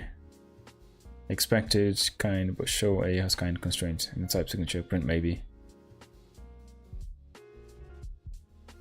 Yeah, that means it didn't work, right? Why not? Wait. Element at 1, 2, 3, 4, 5. We want 1. Just 2. Yeah, it does work. Oh no, it doesn't work. Oh yeah, it does work because it's the second one. Now what if we did 6 or 5? Nothing. The answer is right, yeah, as you said, but I want to know how to do this. Like, why is this not working? Why doesn't this work? So if we just do empty and anything, so 10, nothing. If we do -2 and -3, and then -1 here, nothing again, right? It shouldn't be anything into it. Non-type variable argument.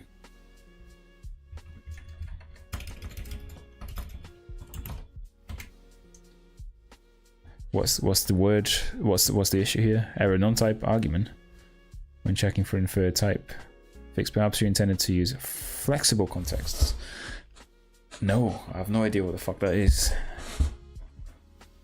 Non-type variable argument in the constraint number integer. So what is my... It should be an integer there.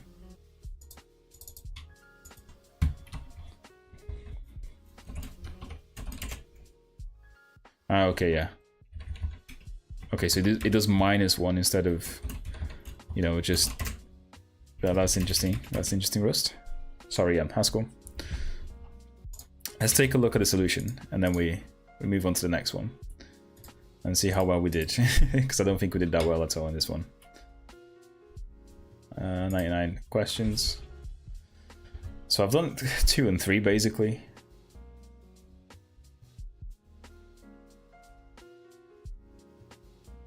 So let's see the solution here. Find a cave element. Oh, no, this is much better. Oh, there is an operator already. Interesting, I didn't know that.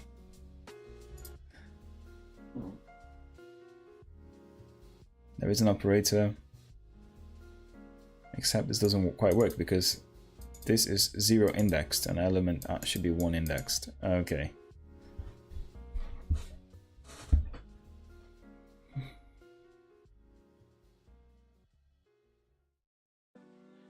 Yeah, we did it with 0 index as well because I didn't agree with the question, but we'll leave it here. Element art.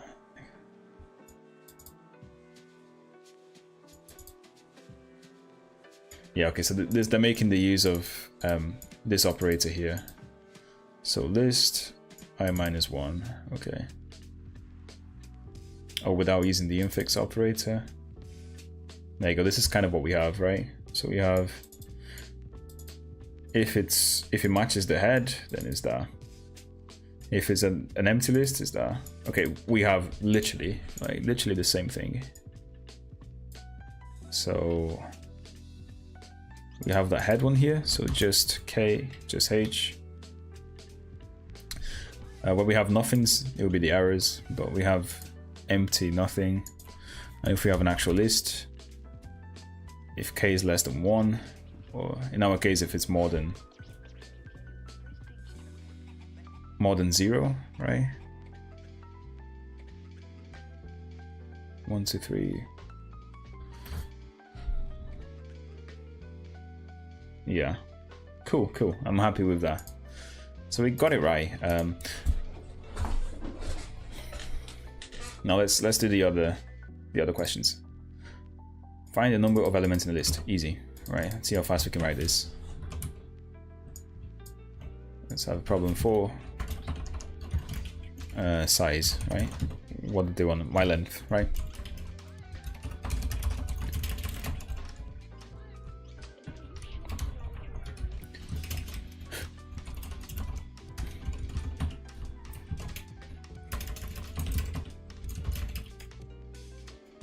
Okay. My length here. Again, I suspect that Haskell is going to have a size here for us already, right? A size operator, but I don't know what it is. So let's do it. So my length helper. I'll need 2 here, and you'll know why in a second. Well, this one only takes a list and returns an integer. But if you want to recurse on this, you want to keep track of how many elements you've got. So this is why I'm gonna do a helper one that's gonna keep that in there as well. Integer. So my length helper. This is the interesting one, I guess, right? We got 0 here. We return 0. That's what it is. And we return n actually. And my length helper. If we have heads and tails, so head and tail, and nen.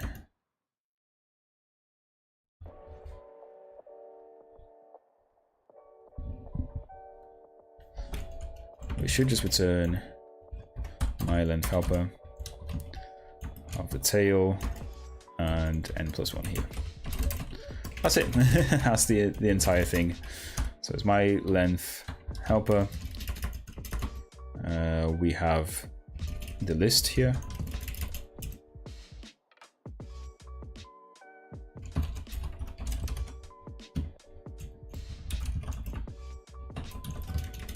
And we start with 0. That's all we're going to do, right? So now I think this will do. And then we only want to export my length. We don't care about my length helper. Let's change this to something that actually problem 4, right?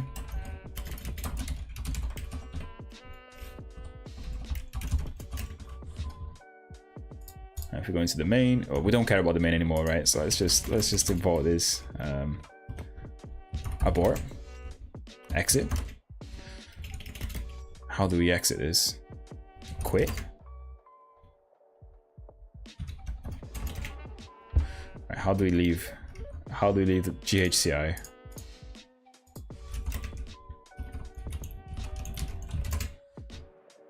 Control D. Okay. I think R reloads. Okay, yeah. Cool. 4 modules loaded. We don't care about main anymore. So if we do my list size, my length.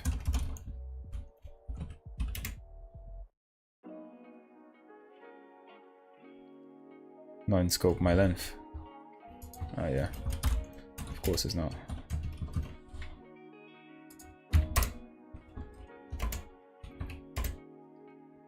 Huh? My length is not in scope. Why not? My length is there.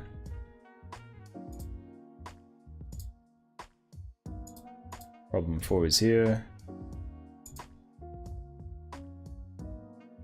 Did I mispronounce this? My length. My length, my length.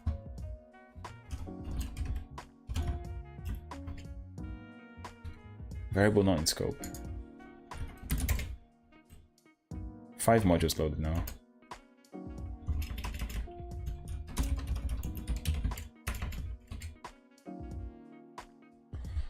Interesting. So this is not in scope. Any idea? Why this is not in scope? So problem 4 is there. Problem 4 here. We export that. We have all these definitions.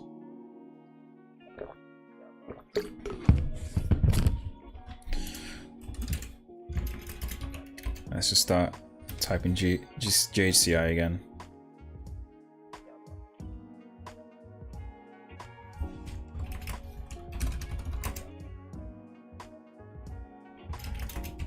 Okay, so R did not actually. Oh yeah, because it's not just a reload. We have to recompile, I guess, as well, right?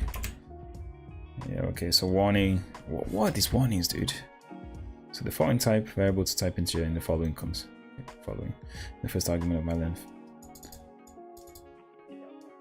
Is there a way to remove these? Do I have to, is there a bit of code that I have to write to remove these warnings? But anyway, it seems to be working, right? So if we do, that should be 2, and then this should be 0. And then if we do 1 to 10, that should be 10. 1 to this, that should be however many. Cool, that sounds good. Now let's see what the actual solution is.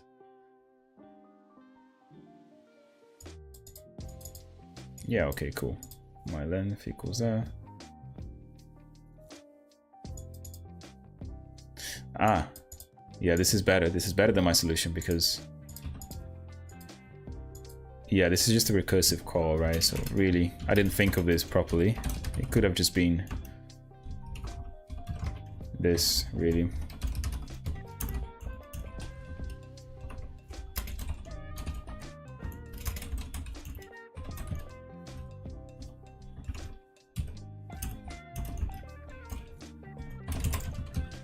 This, I guess, right? Don't even need that, actually. Yeah. Will this still work? Reload. Let's quit and let's run this again. Yeah, this solution's better. But using an accumulator, I think yours is more efficient, like the accumulator solution. Is it? Same, but using an accumulator. My length accumulator, this equals where my length accumulator is. Okay, so they kind of have this, yeah. But why is this more efficient though? I don't understand. Why is it more efficient?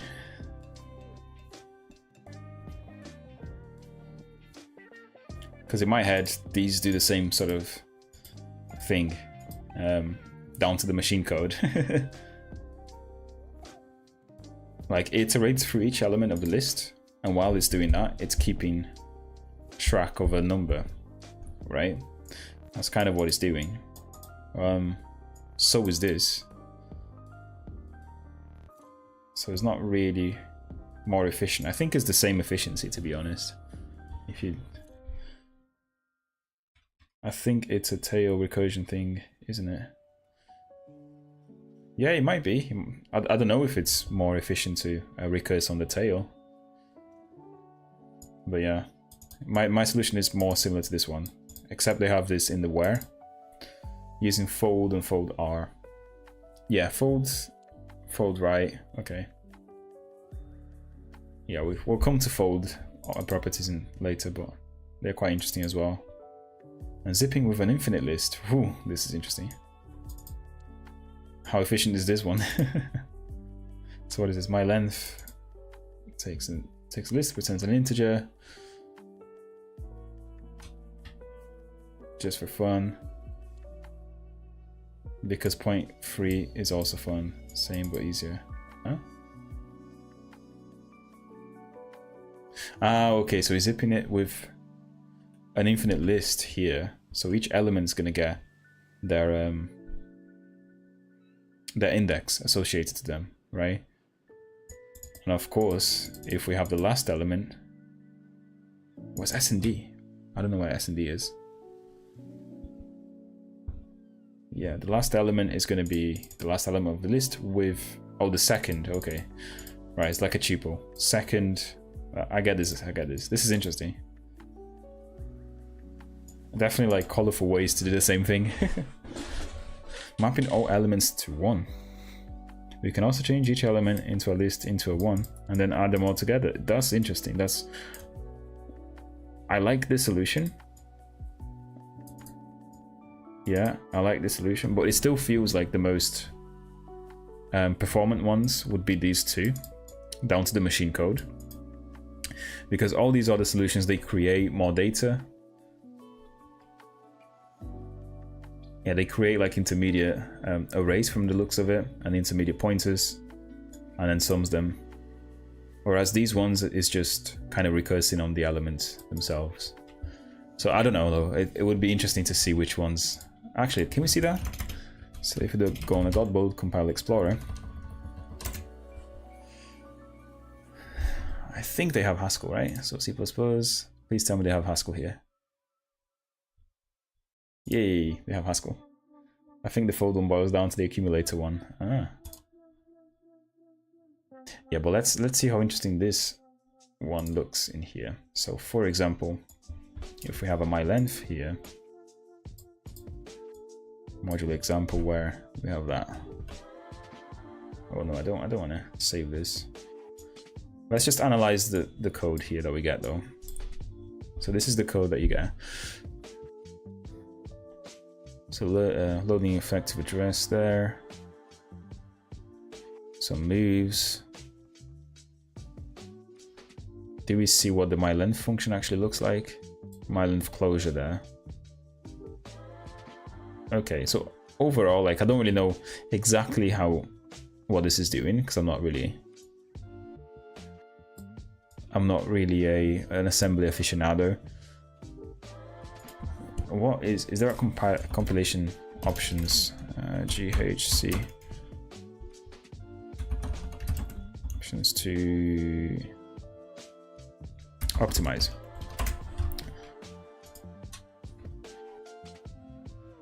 Oh, the -0 ones are supported. So if we do 03, for example.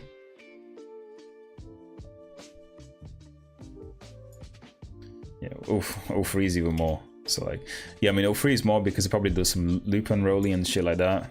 That's fine. But yeah, if we do 02 as a general, just see how many lines of assembly this gives us. So 111, right? That's the first one. Now the second one, I expect it, as I said, I expect this to be the exact same thing. The exact same thing. But it's not. So the first one is actually more, somehow the GHC compiler optimizes it very well. What do we actually have here? What's the difference? Oh yeah, it's probably because it creates another function for this where. So for example, my length info. Do we have like a... Yeah, we have length 2 closure, length 1 closure. I expect these are the differences. Like it has multiple kind of like jumps for these parts here. Oh no, let's compare it to this one here again.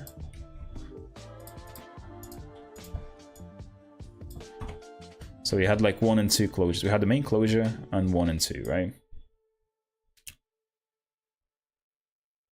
Yeah, see, we only have like less closures in here for the my length closure. Okay, yeah, I see. And then let's compare it to like the zip one, for example. That's the interesting one. I want to see how big this is going to be.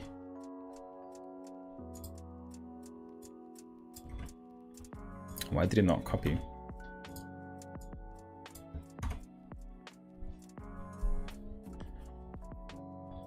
Compilation failed. Huh? What? My length 1 X. Oh, okay, yeah. This is they are different ones. So this is the one we want, really. So if we just do this for now.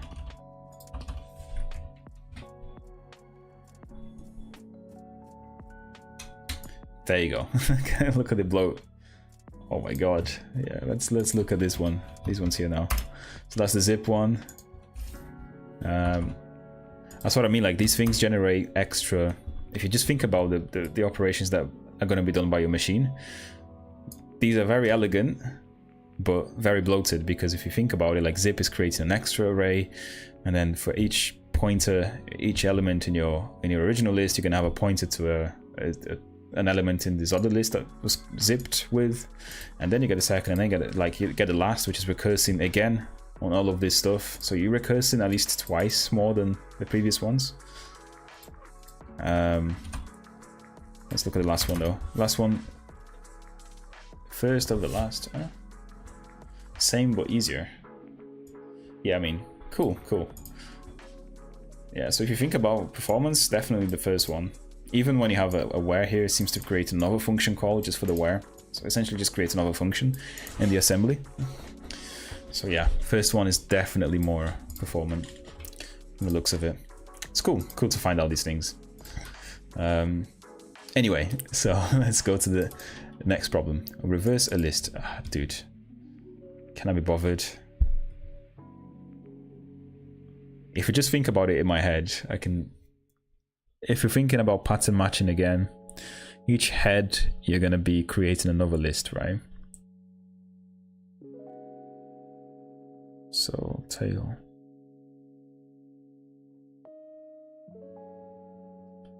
Yeah, I mean, I need a way to kind of... Yeah, let's do this real quick. And let's look at the problems, the solutions afterwards. So we have problem 5 here. And I'm really hoping that you can see, people can see the chat, so I'm not just talking to myself. I am talking to someone if you're watching this in the future. Antonio, my good friend, is here. What is this? My reverse, right? My reverse. What I will say though, I do like these problems because they start off very simple and they get harder and harder. But each of these functions that you're implementing here, you're essentially learning how one of the operators in Haskell. So I'm sure there is a function called reverse in Haskell, right? I think I remember that one. So you can see how it's implemented. You know, if you were to do it only using syntax and pattern matching, which is cool, which is very cool indeed. Okay, yeah, let's go for it. So thinking about it, we have my reverse, which kind of takes an array of A and returns an array of A again, right? So my reverse of one element here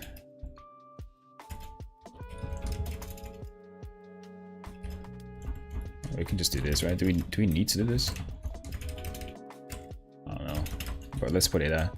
My reverse of one element is going to be that one element again.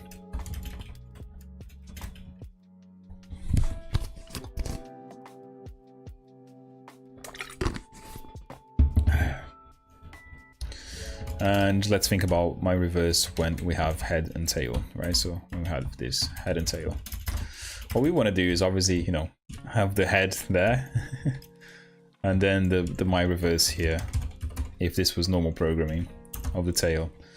But I'm sure that we can't do this. We just can't do this in Haskell, because I'm pretty sure that we probably cannot have tails coming after, have the head coming after the tail. Probably not going to let me do that. So let's think about this a little bit.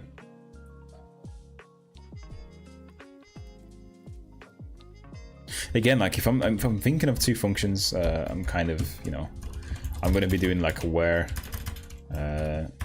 my reverse helper. We can kind of take what is it? Can we do it here? My reverse helper. And we're taking A, and we're taking A, and we're taking A again.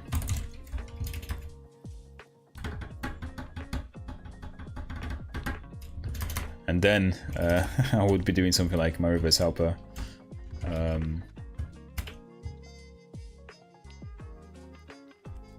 A and B. Let's just take one element actually.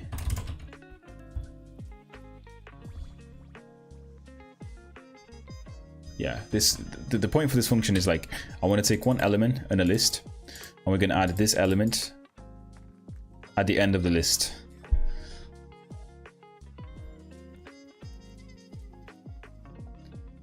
But I'm actually struggling to think about how to do that with my very basic Haskell knowledge. So, because I want to kind of do the reverse of this. This is like the ultimate operation that I want to do, like add the head after the tail.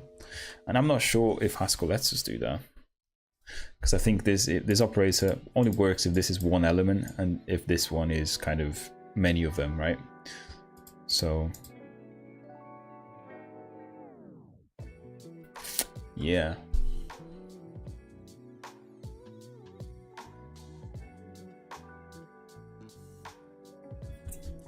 I'm gonna do a quick Google search because I'm not too sure. So Haskell add element to end of list. There you go. Everyone's been doing this exercise, guys. Everyone's cheating. Everyone.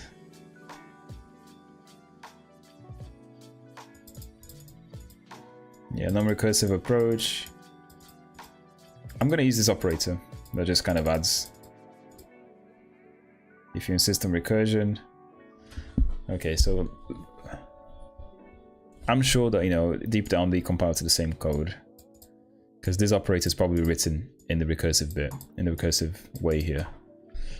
I think a very cool way to find those is using Google and looking for the type signature. Yeah, that definitely should help.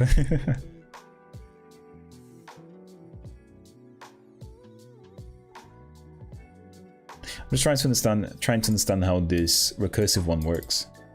Hugel is Haskell. Oh, I thought you just misspelled it, you know. Hugel. No. I don't know what that is. Hugel.com. Suspicious. Okay, so Hugel does not work. My antivirus is blocking it. Ah, okay, I see. So example searches. That's cool. Thank you, Antonio. This is definitely going to be useful. So a map. Ah, it shows me what a map is.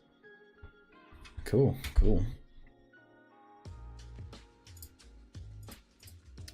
Anyway, going back to this one. Yeah, I wanted to understand what this particular line is doing. So we have a head and a tail. And then we return the head here. And the tail itself is going to be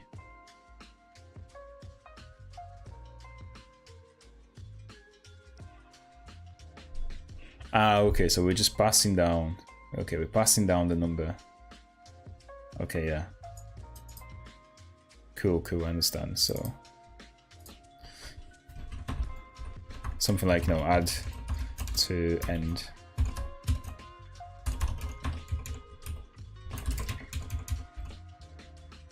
So yeah, add to end list. Element and list here is just going to be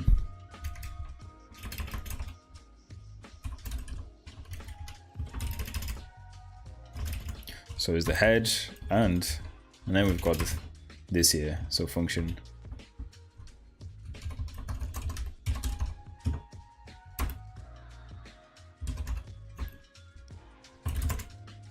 Okay, yeah, I get this now. So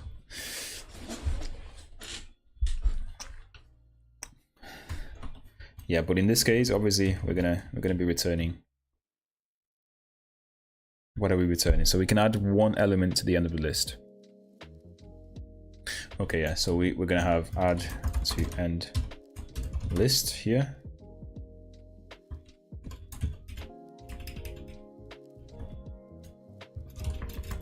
And we're definitely gonna be passing our head to the tail, right?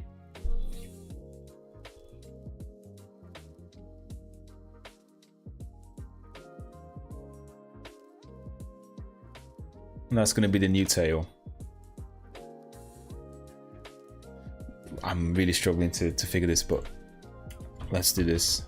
But before that, and then that's our tail. This whole thing is the tail. It's basically this tail without the first element. Ah, okay, so we still have the first element now. We kind of want to swap. Oh, good, dude. This is driving me nuts now. This is actually a more difficult problem. So Zono, like let's do this on a on a whiteboard here. So if we had something like, you know, 1, 2, 3, and 4 there. I apologize the writing. What my function is doing is like we first take the 1. This is the head here, and this is the tail. So I want to take the head and insert to the end of the tail, right? So if we do that,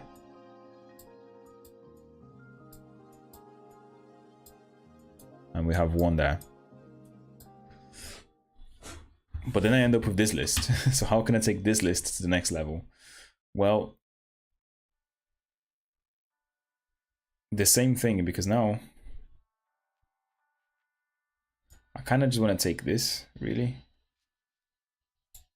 And then do the same thing and put 2 at the end. So this will take, you know,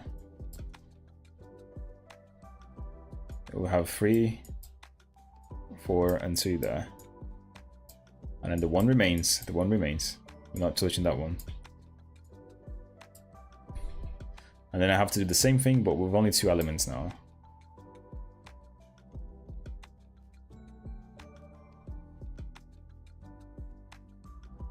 And we're done. But there must be a better way to do this. And there must be a much better way to do this.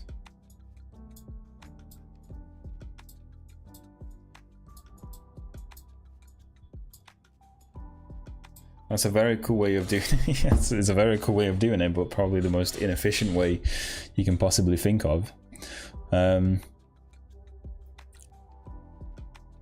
Yeah, there must be a different way. Like I'm not happy with this. Like if I got given this on an interview, I would try and find a different way, because I know this would definitely not be the right way of doing things. Because firstly, right, I have to keep track of the number of elements in my tail. Like I want to take the whole list, so the 4 elements there. And then I want to take the 3 elements, the first 3 elements, and then the first 2 elements, and then the first 1 element, right? That's the one number I have to keep track of.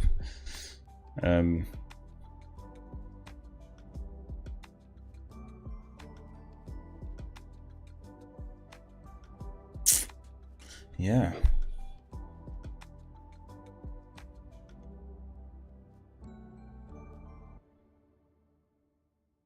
Or I can use the functions that we've already done, right? Because we know which ones do we want to swap. We want to swap this one first, and then this one and then that one and that one. So I can get each of these elements and add it to the end of one list, right? I can have like a growing list. Let's try that. Let's try that. So you see what I mean. So my length, no, problem free. I want to include problem free. Can I import a module? Do I import it here? Hopefully it works. So my reverse is going to be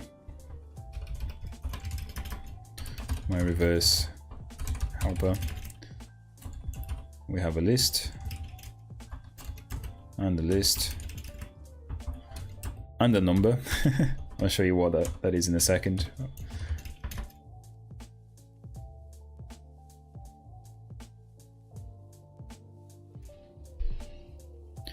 Like I basically just want to keep track of two lists, right?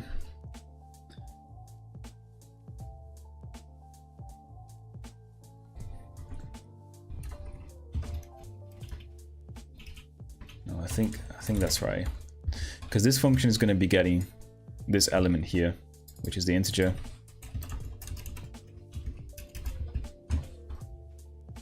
And then adding it to the last, to the, you know, the end of the list.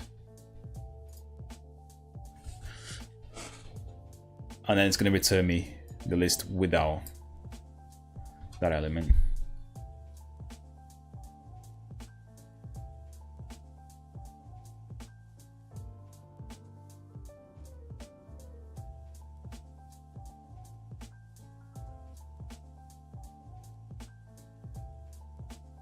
Or I could always swap, right? I mean, I could always swap as well. There is a different way of doing this. I'm just following my head right now. 2, 3, and 4 there. You can swap. So you can swap 1 and 4, and you can swap 2 and 3. So you only do how many swaps? Well, the length of the array divided by 2 is the maximum number of swaps you're going to do.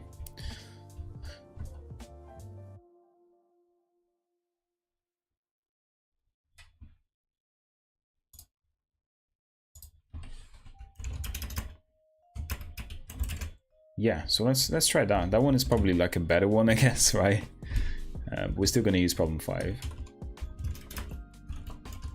So my reverse is still going to take this and return this. So yeah, these are the same base cases.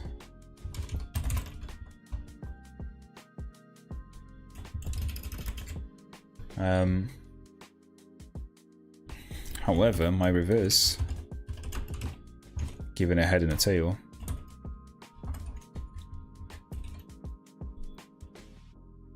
or just any list, right? Any list doesn't have to be head and tail. It's gonna be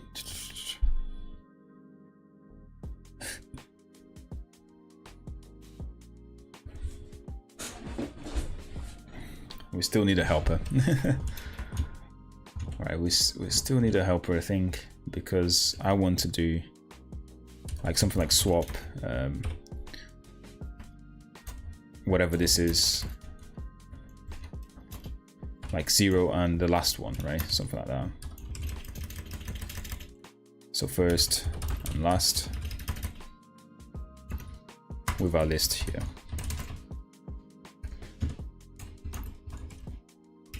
Where, right, swap, what does it take? It takes an A as well. It takes an integer, another integer, and it takes a list of A and returns a list of A. No, oh my god, this does not help. This does not help at all, because I still have to do all of this shit.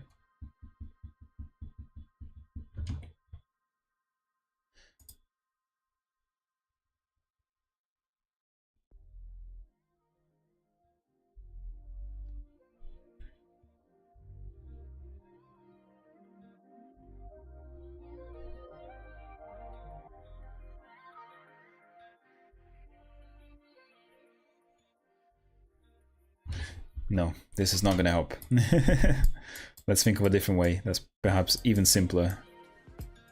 What if I had the concept of moving an element, right? So I want to move one here by the size minus 1. So the size of this list is 4. We move it 3 times. So 1, 2, and 3. And then the next one, we move 2 times. And the other one, we move 1 time. And then 4, we just move 0 times. So we kind of need a move function there, which has to move head or something, right? Move head. And we have to take in an integer, or I guess a list, and an integer.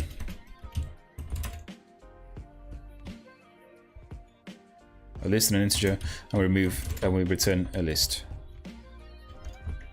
So move head. And what do we have? If we have move head with anything, or a list here, and for example 0, we'll just return the 0, the list, right?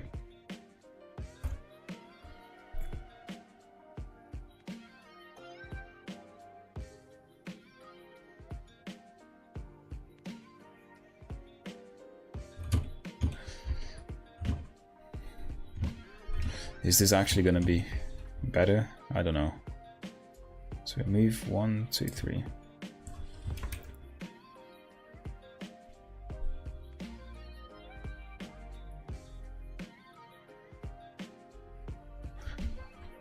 I want to keep this one here because this one is the one that adds the element to the list. So move head, and then we take in the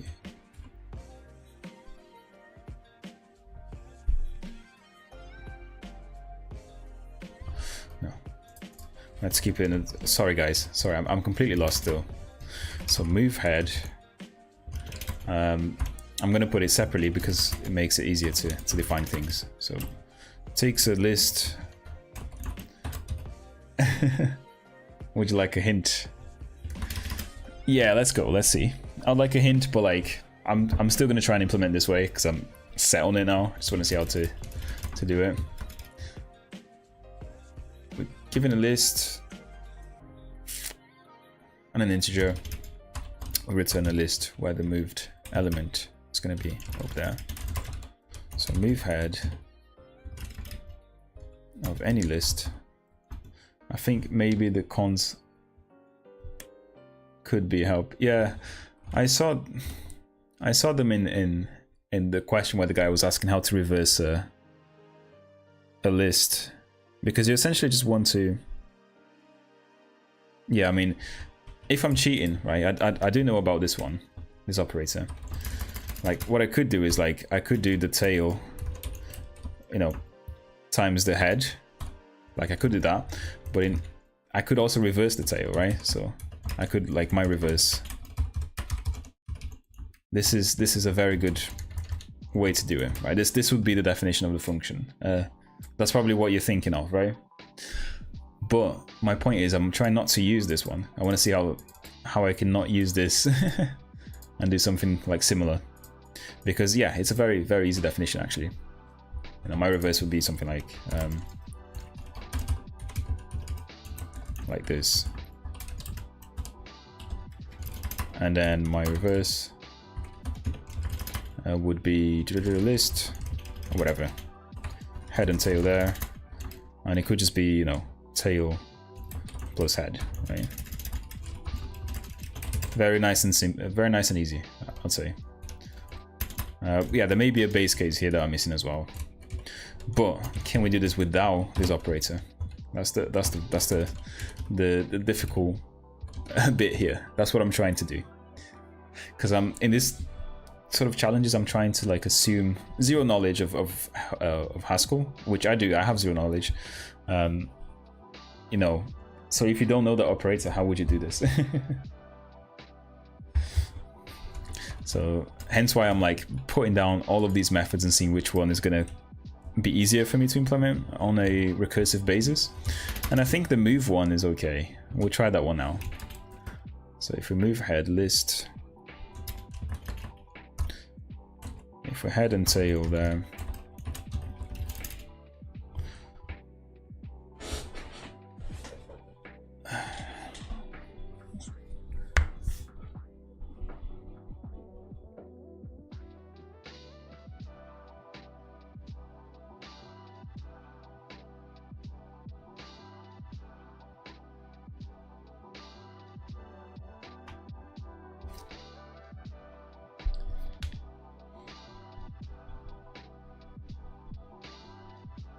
I might need double pattern matching on this one, you see. Because what I want to do now is like I want to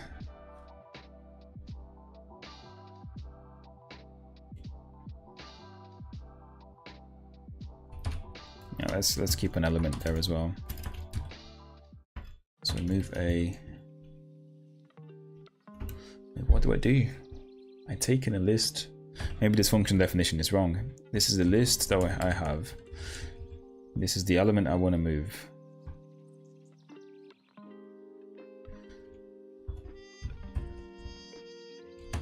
Maybe move head is not the right name, but place element,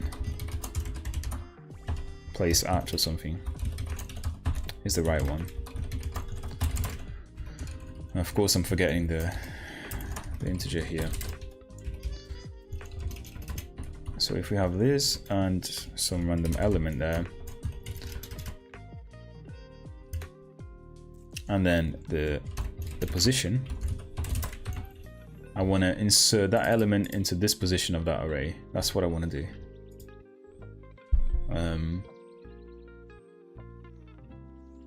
I'm not going to bed until I do this.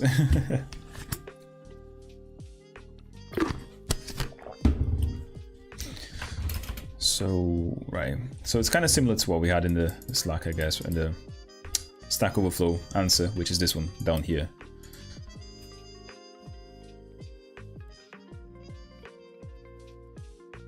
Because position could be 0, right? So position could be 0. So if we have a place at, and we've got a list here and the position is 0, what we want to really do is element and then list.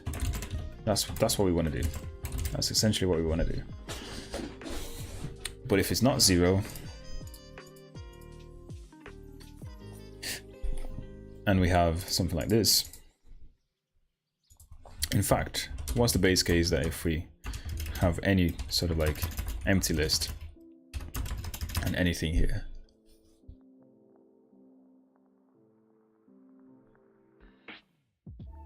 Yeah, so if anything,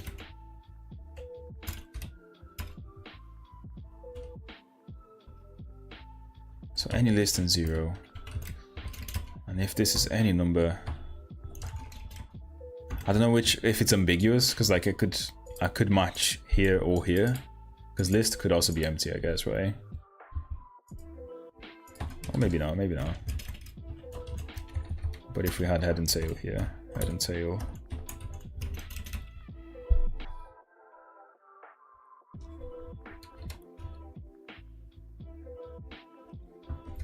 Nah, yeah, I wanna put the empty list here. So anything on an empty list, anything that's not 0 on an empty list will be invalid, right?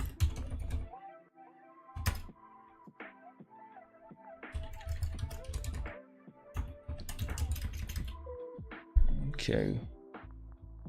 Will it be invalid? So place that list 0. We get. We already have that. Anything that's not 0, we can kind of error, I'll say, right? Error, cannot place non-zero, an empty list. So I think those are two base cases that are important. I'm not too sure about this one though. I'm not sure if this one makes sense, but we'll leave it there for now. Now, if we actually have a list and an element and a position, what do we do? We of course do h there, and then place at tail position -1, and that'll be the element, right? That's kind of what we want to do. But obviously we need to do the this here though. So if position is more than 0, otherwise we error basically.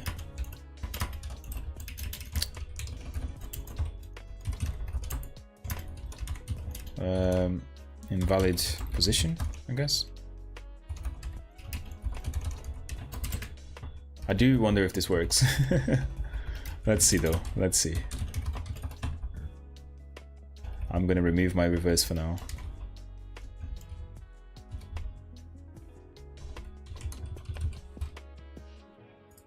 I want to test this and see if this place out function works.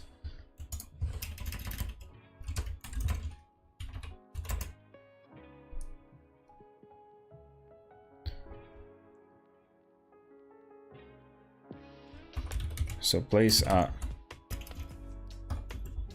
I have this, and I want to insert, let's say, a 10 inside 1. What does it do? Variable not in scope. Why?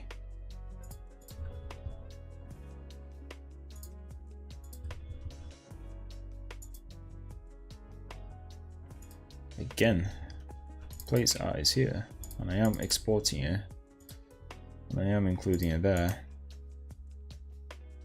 So what should it be? It should be this, and an element, and an integer. Right. Why is this not showing up?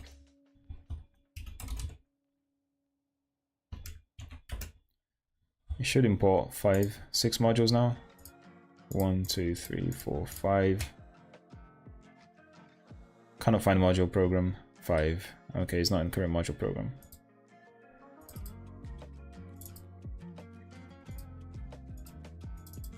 Right, very confusing. Why can't I find it? Could not find module this. Parse error, possibly incorrect indentation mismatch. Okay, it's just a parse error, I guess.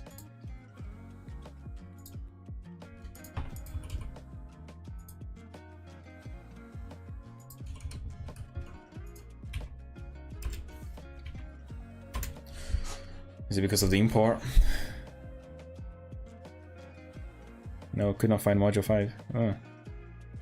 Failed, 5 modules loaded.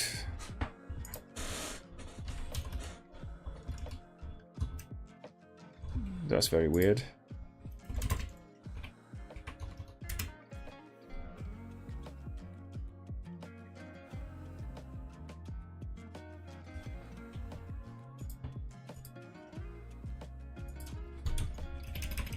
Otherwise equals R.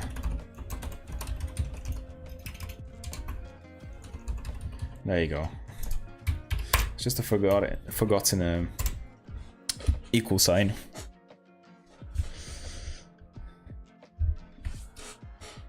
Okay, so what is going on now though? Equations for place out have different numbers of arguments. Okay, yeah. Place out list 0.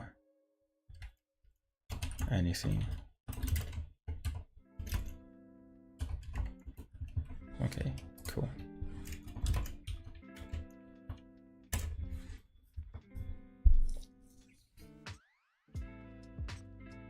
Yay, look now. So if we do place at, we've got 1, 2, and 3. We insert a 10 at position 1.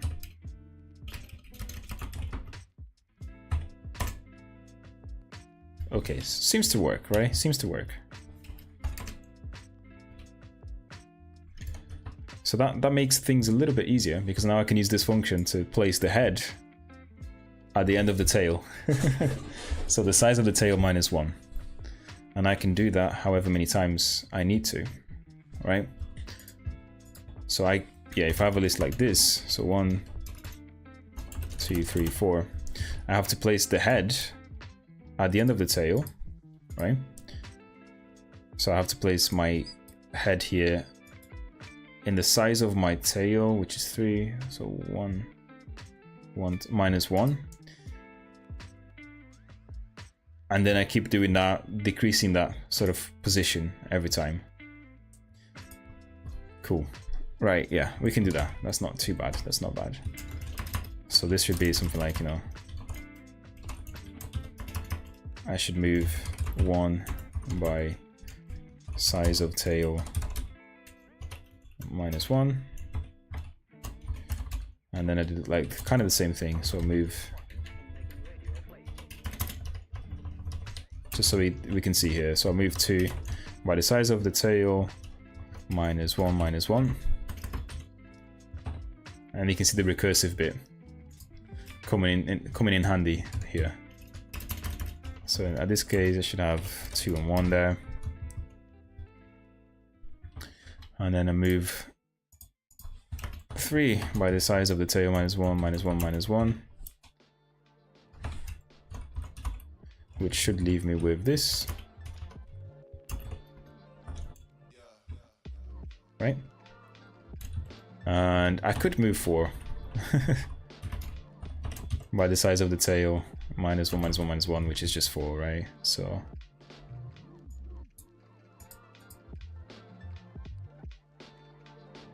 no, yeah, at this particular place we don't do anything because the size of the tail should be 3.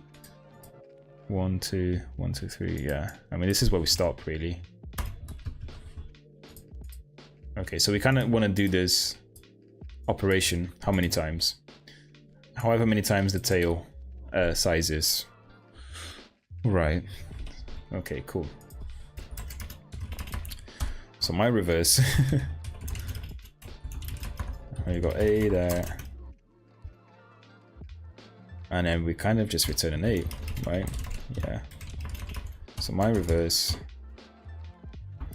And let's think about the general case. So head and tail here, right? So this should be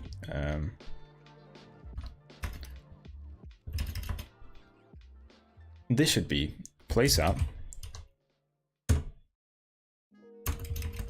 And we want to place the head at the end of, can we import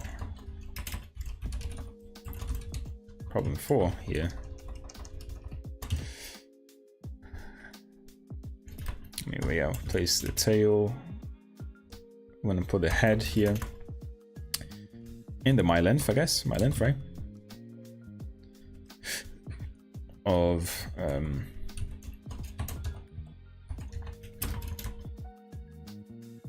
tail. Like, this is what we want to do at the start. That's what we want to do. And then obviously have a -1 there.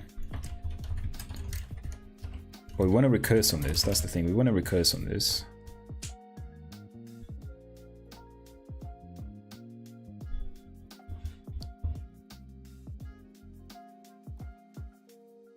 Yeah, see, and then this tail would actually be the same thing. You would be like, place, you know. So how do we do this? Recursiveness.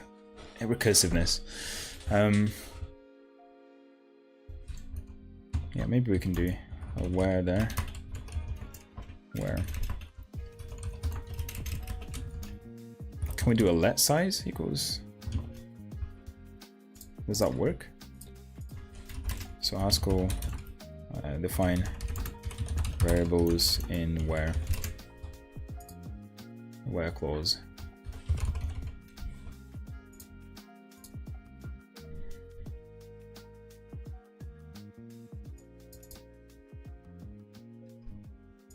No, you just put the functions, the variables in there, really.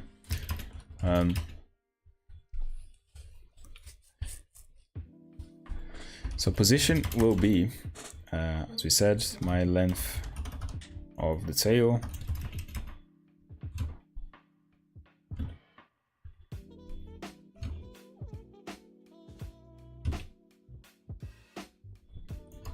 We want to put it as -1, right?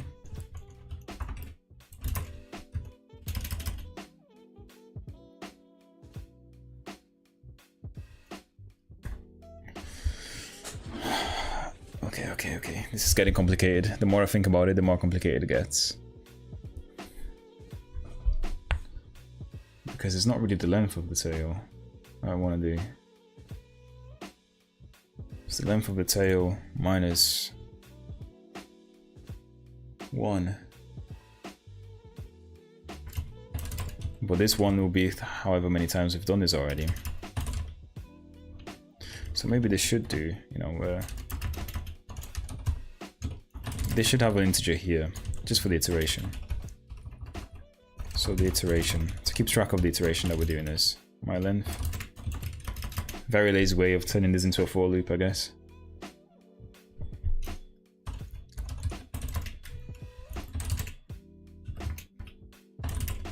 Yeah, mine is iter.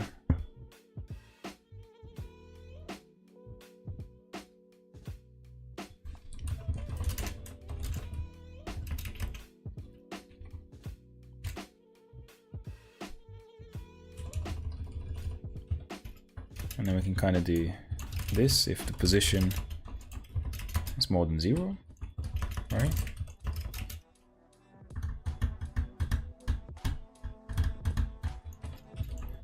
Yeah, if the position is more than 0, then we do that. Otherwise,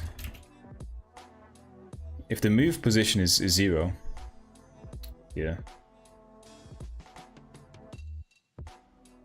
No, we don't care, we don't care. We don't care. It can be anything.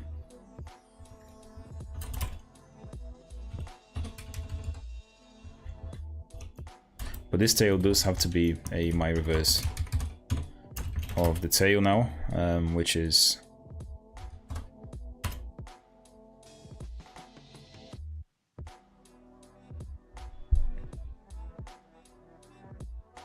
let me think of this again. So this is going to be moved there. Yeah, the tail's getting untouched. Yeah, so the tail, and then it's a -1.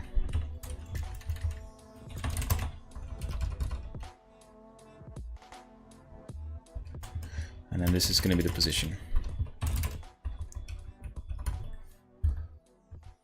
Right?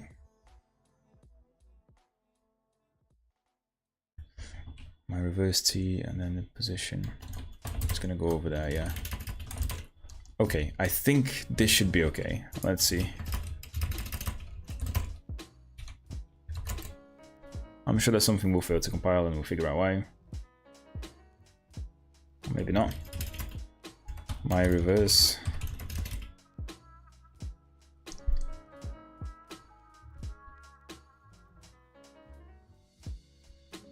See, if I had something like this, like 1, 2, and 3, I would want the one to move twice, right? So I kind of need to have like 2 there. Ooh, invalid position. What's going on here? Defaulting the variable to an exception. Problem 5 on this line, invalid position. So the position comes down to minus. To a minus value. So how does that happen?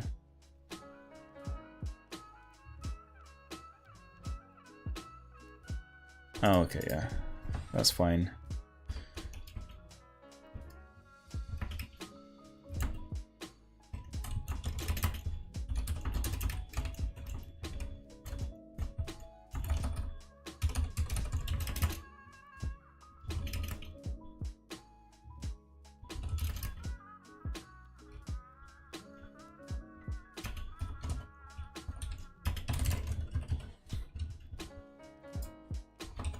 Otherwise, it's just this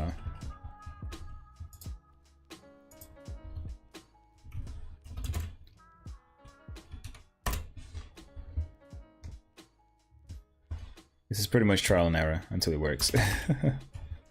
My reverse 1, 2, and 3, and this is 2.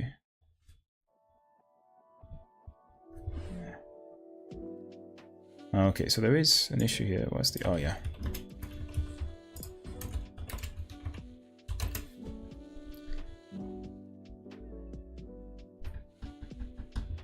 Okay, that's better. My reverse.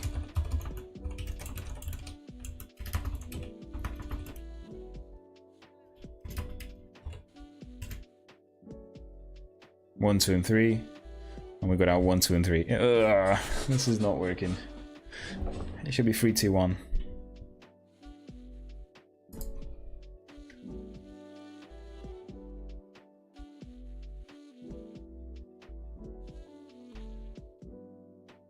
Place the header in a position. This is not good. Not good, not good.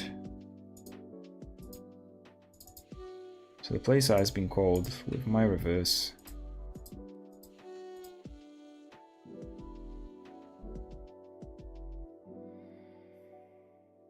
Yeah, I have no idea why this is not working. But you know, the idea is there. It should move this one to the end and then that one to the other end and then so on. Kind of like, yeah. It's kind of like a swapping kind of thing. But I don't see what is wrong in here. There must be something wrong with my code, obviously. Otherwise it would be working. What if we try 3? What if we try 4? What if we try 1? It's as if this kind of position here is not really doing anything. So the iter.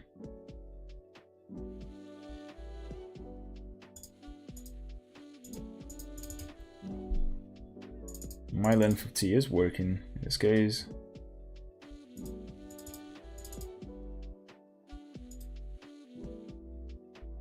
So it should be 3, the length there.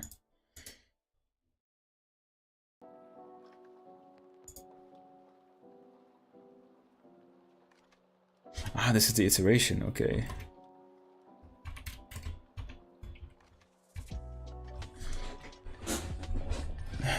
I'm so confused.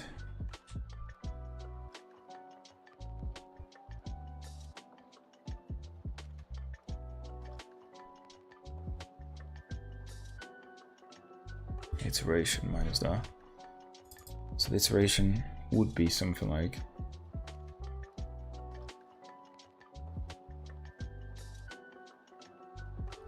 no, that's correct. I do want to take the number of iterations there, so it would start at 0 and kind of go up every time, right? And that's why.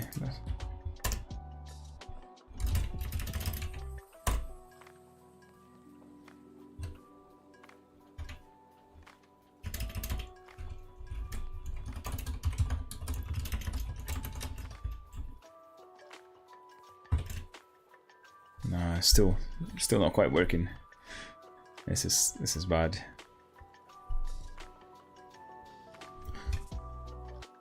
So place that position here, it's not quite working either.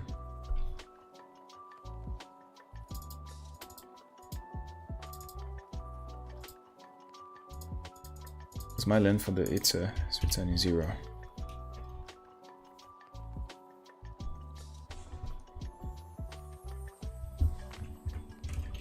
And does my placeSat function work?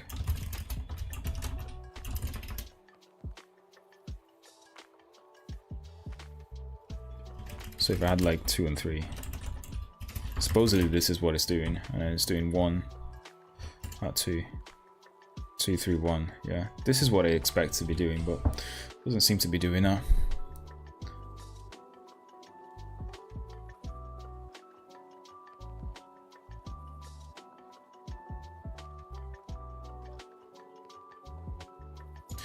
Is this the wrong way I'm calling things around? Because it should be placeSat.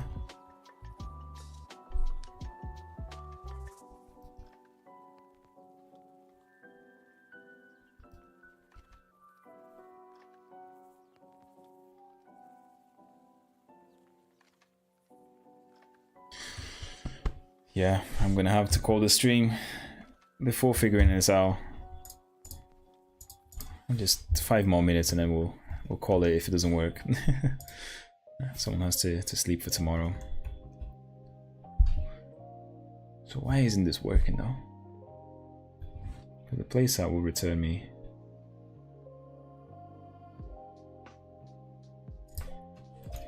Like if we just did this instead, so placeSat tail, and includes that at the position that we want. Does this work?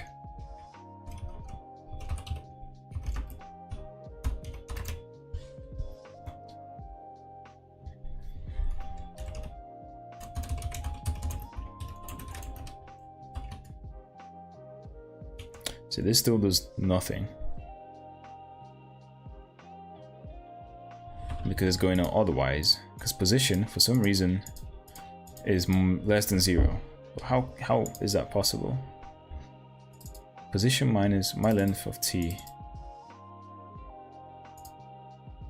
minus 0 is less than what?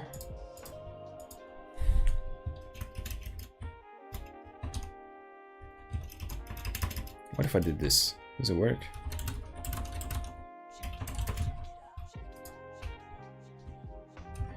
I just want to see if it's going to that check. To the otherwise check.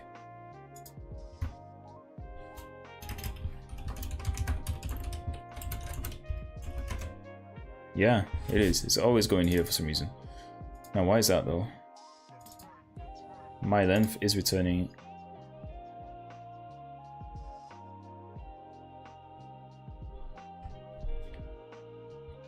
My length is returning 0.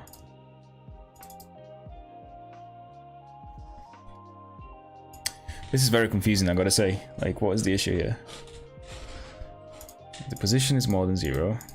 So it's always like returning this bit here. Always, for some reason.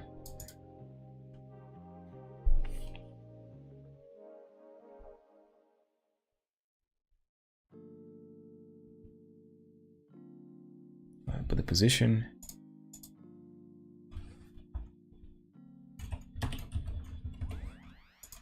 There's not something messed up with the syntax, is there?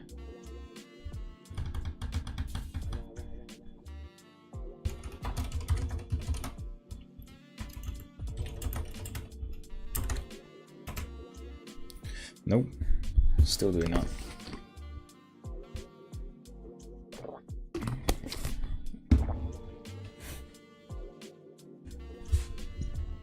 Yeah, this is very interesting. I don't know why this position always seems to be less than 0, less than or equals to 0.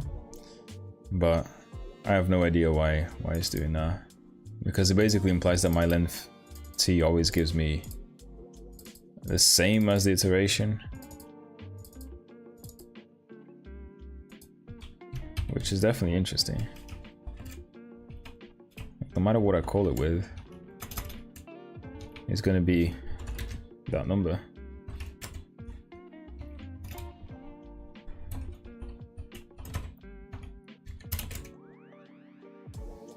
Right, now we're getting something.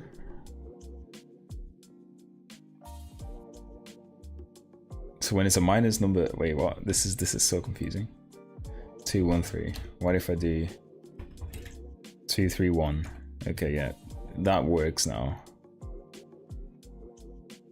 That is so confusing to me.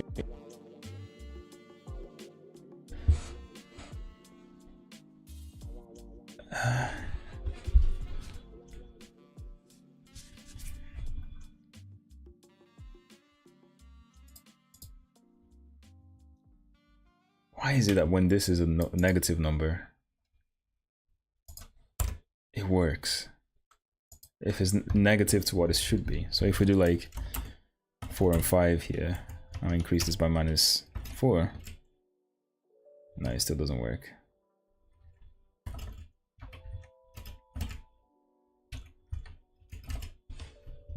I get 2, 3, 4, 5, 1. 5, 4, 3, 2, yeah. Yeah, guys, I have no idea. I'm gonna call the stream here though, so thank you for watching, Antonio. Thank you for helping me out. And I'll definitely like solve this, maybe on the next stream. I'll see what's wrong with my approach.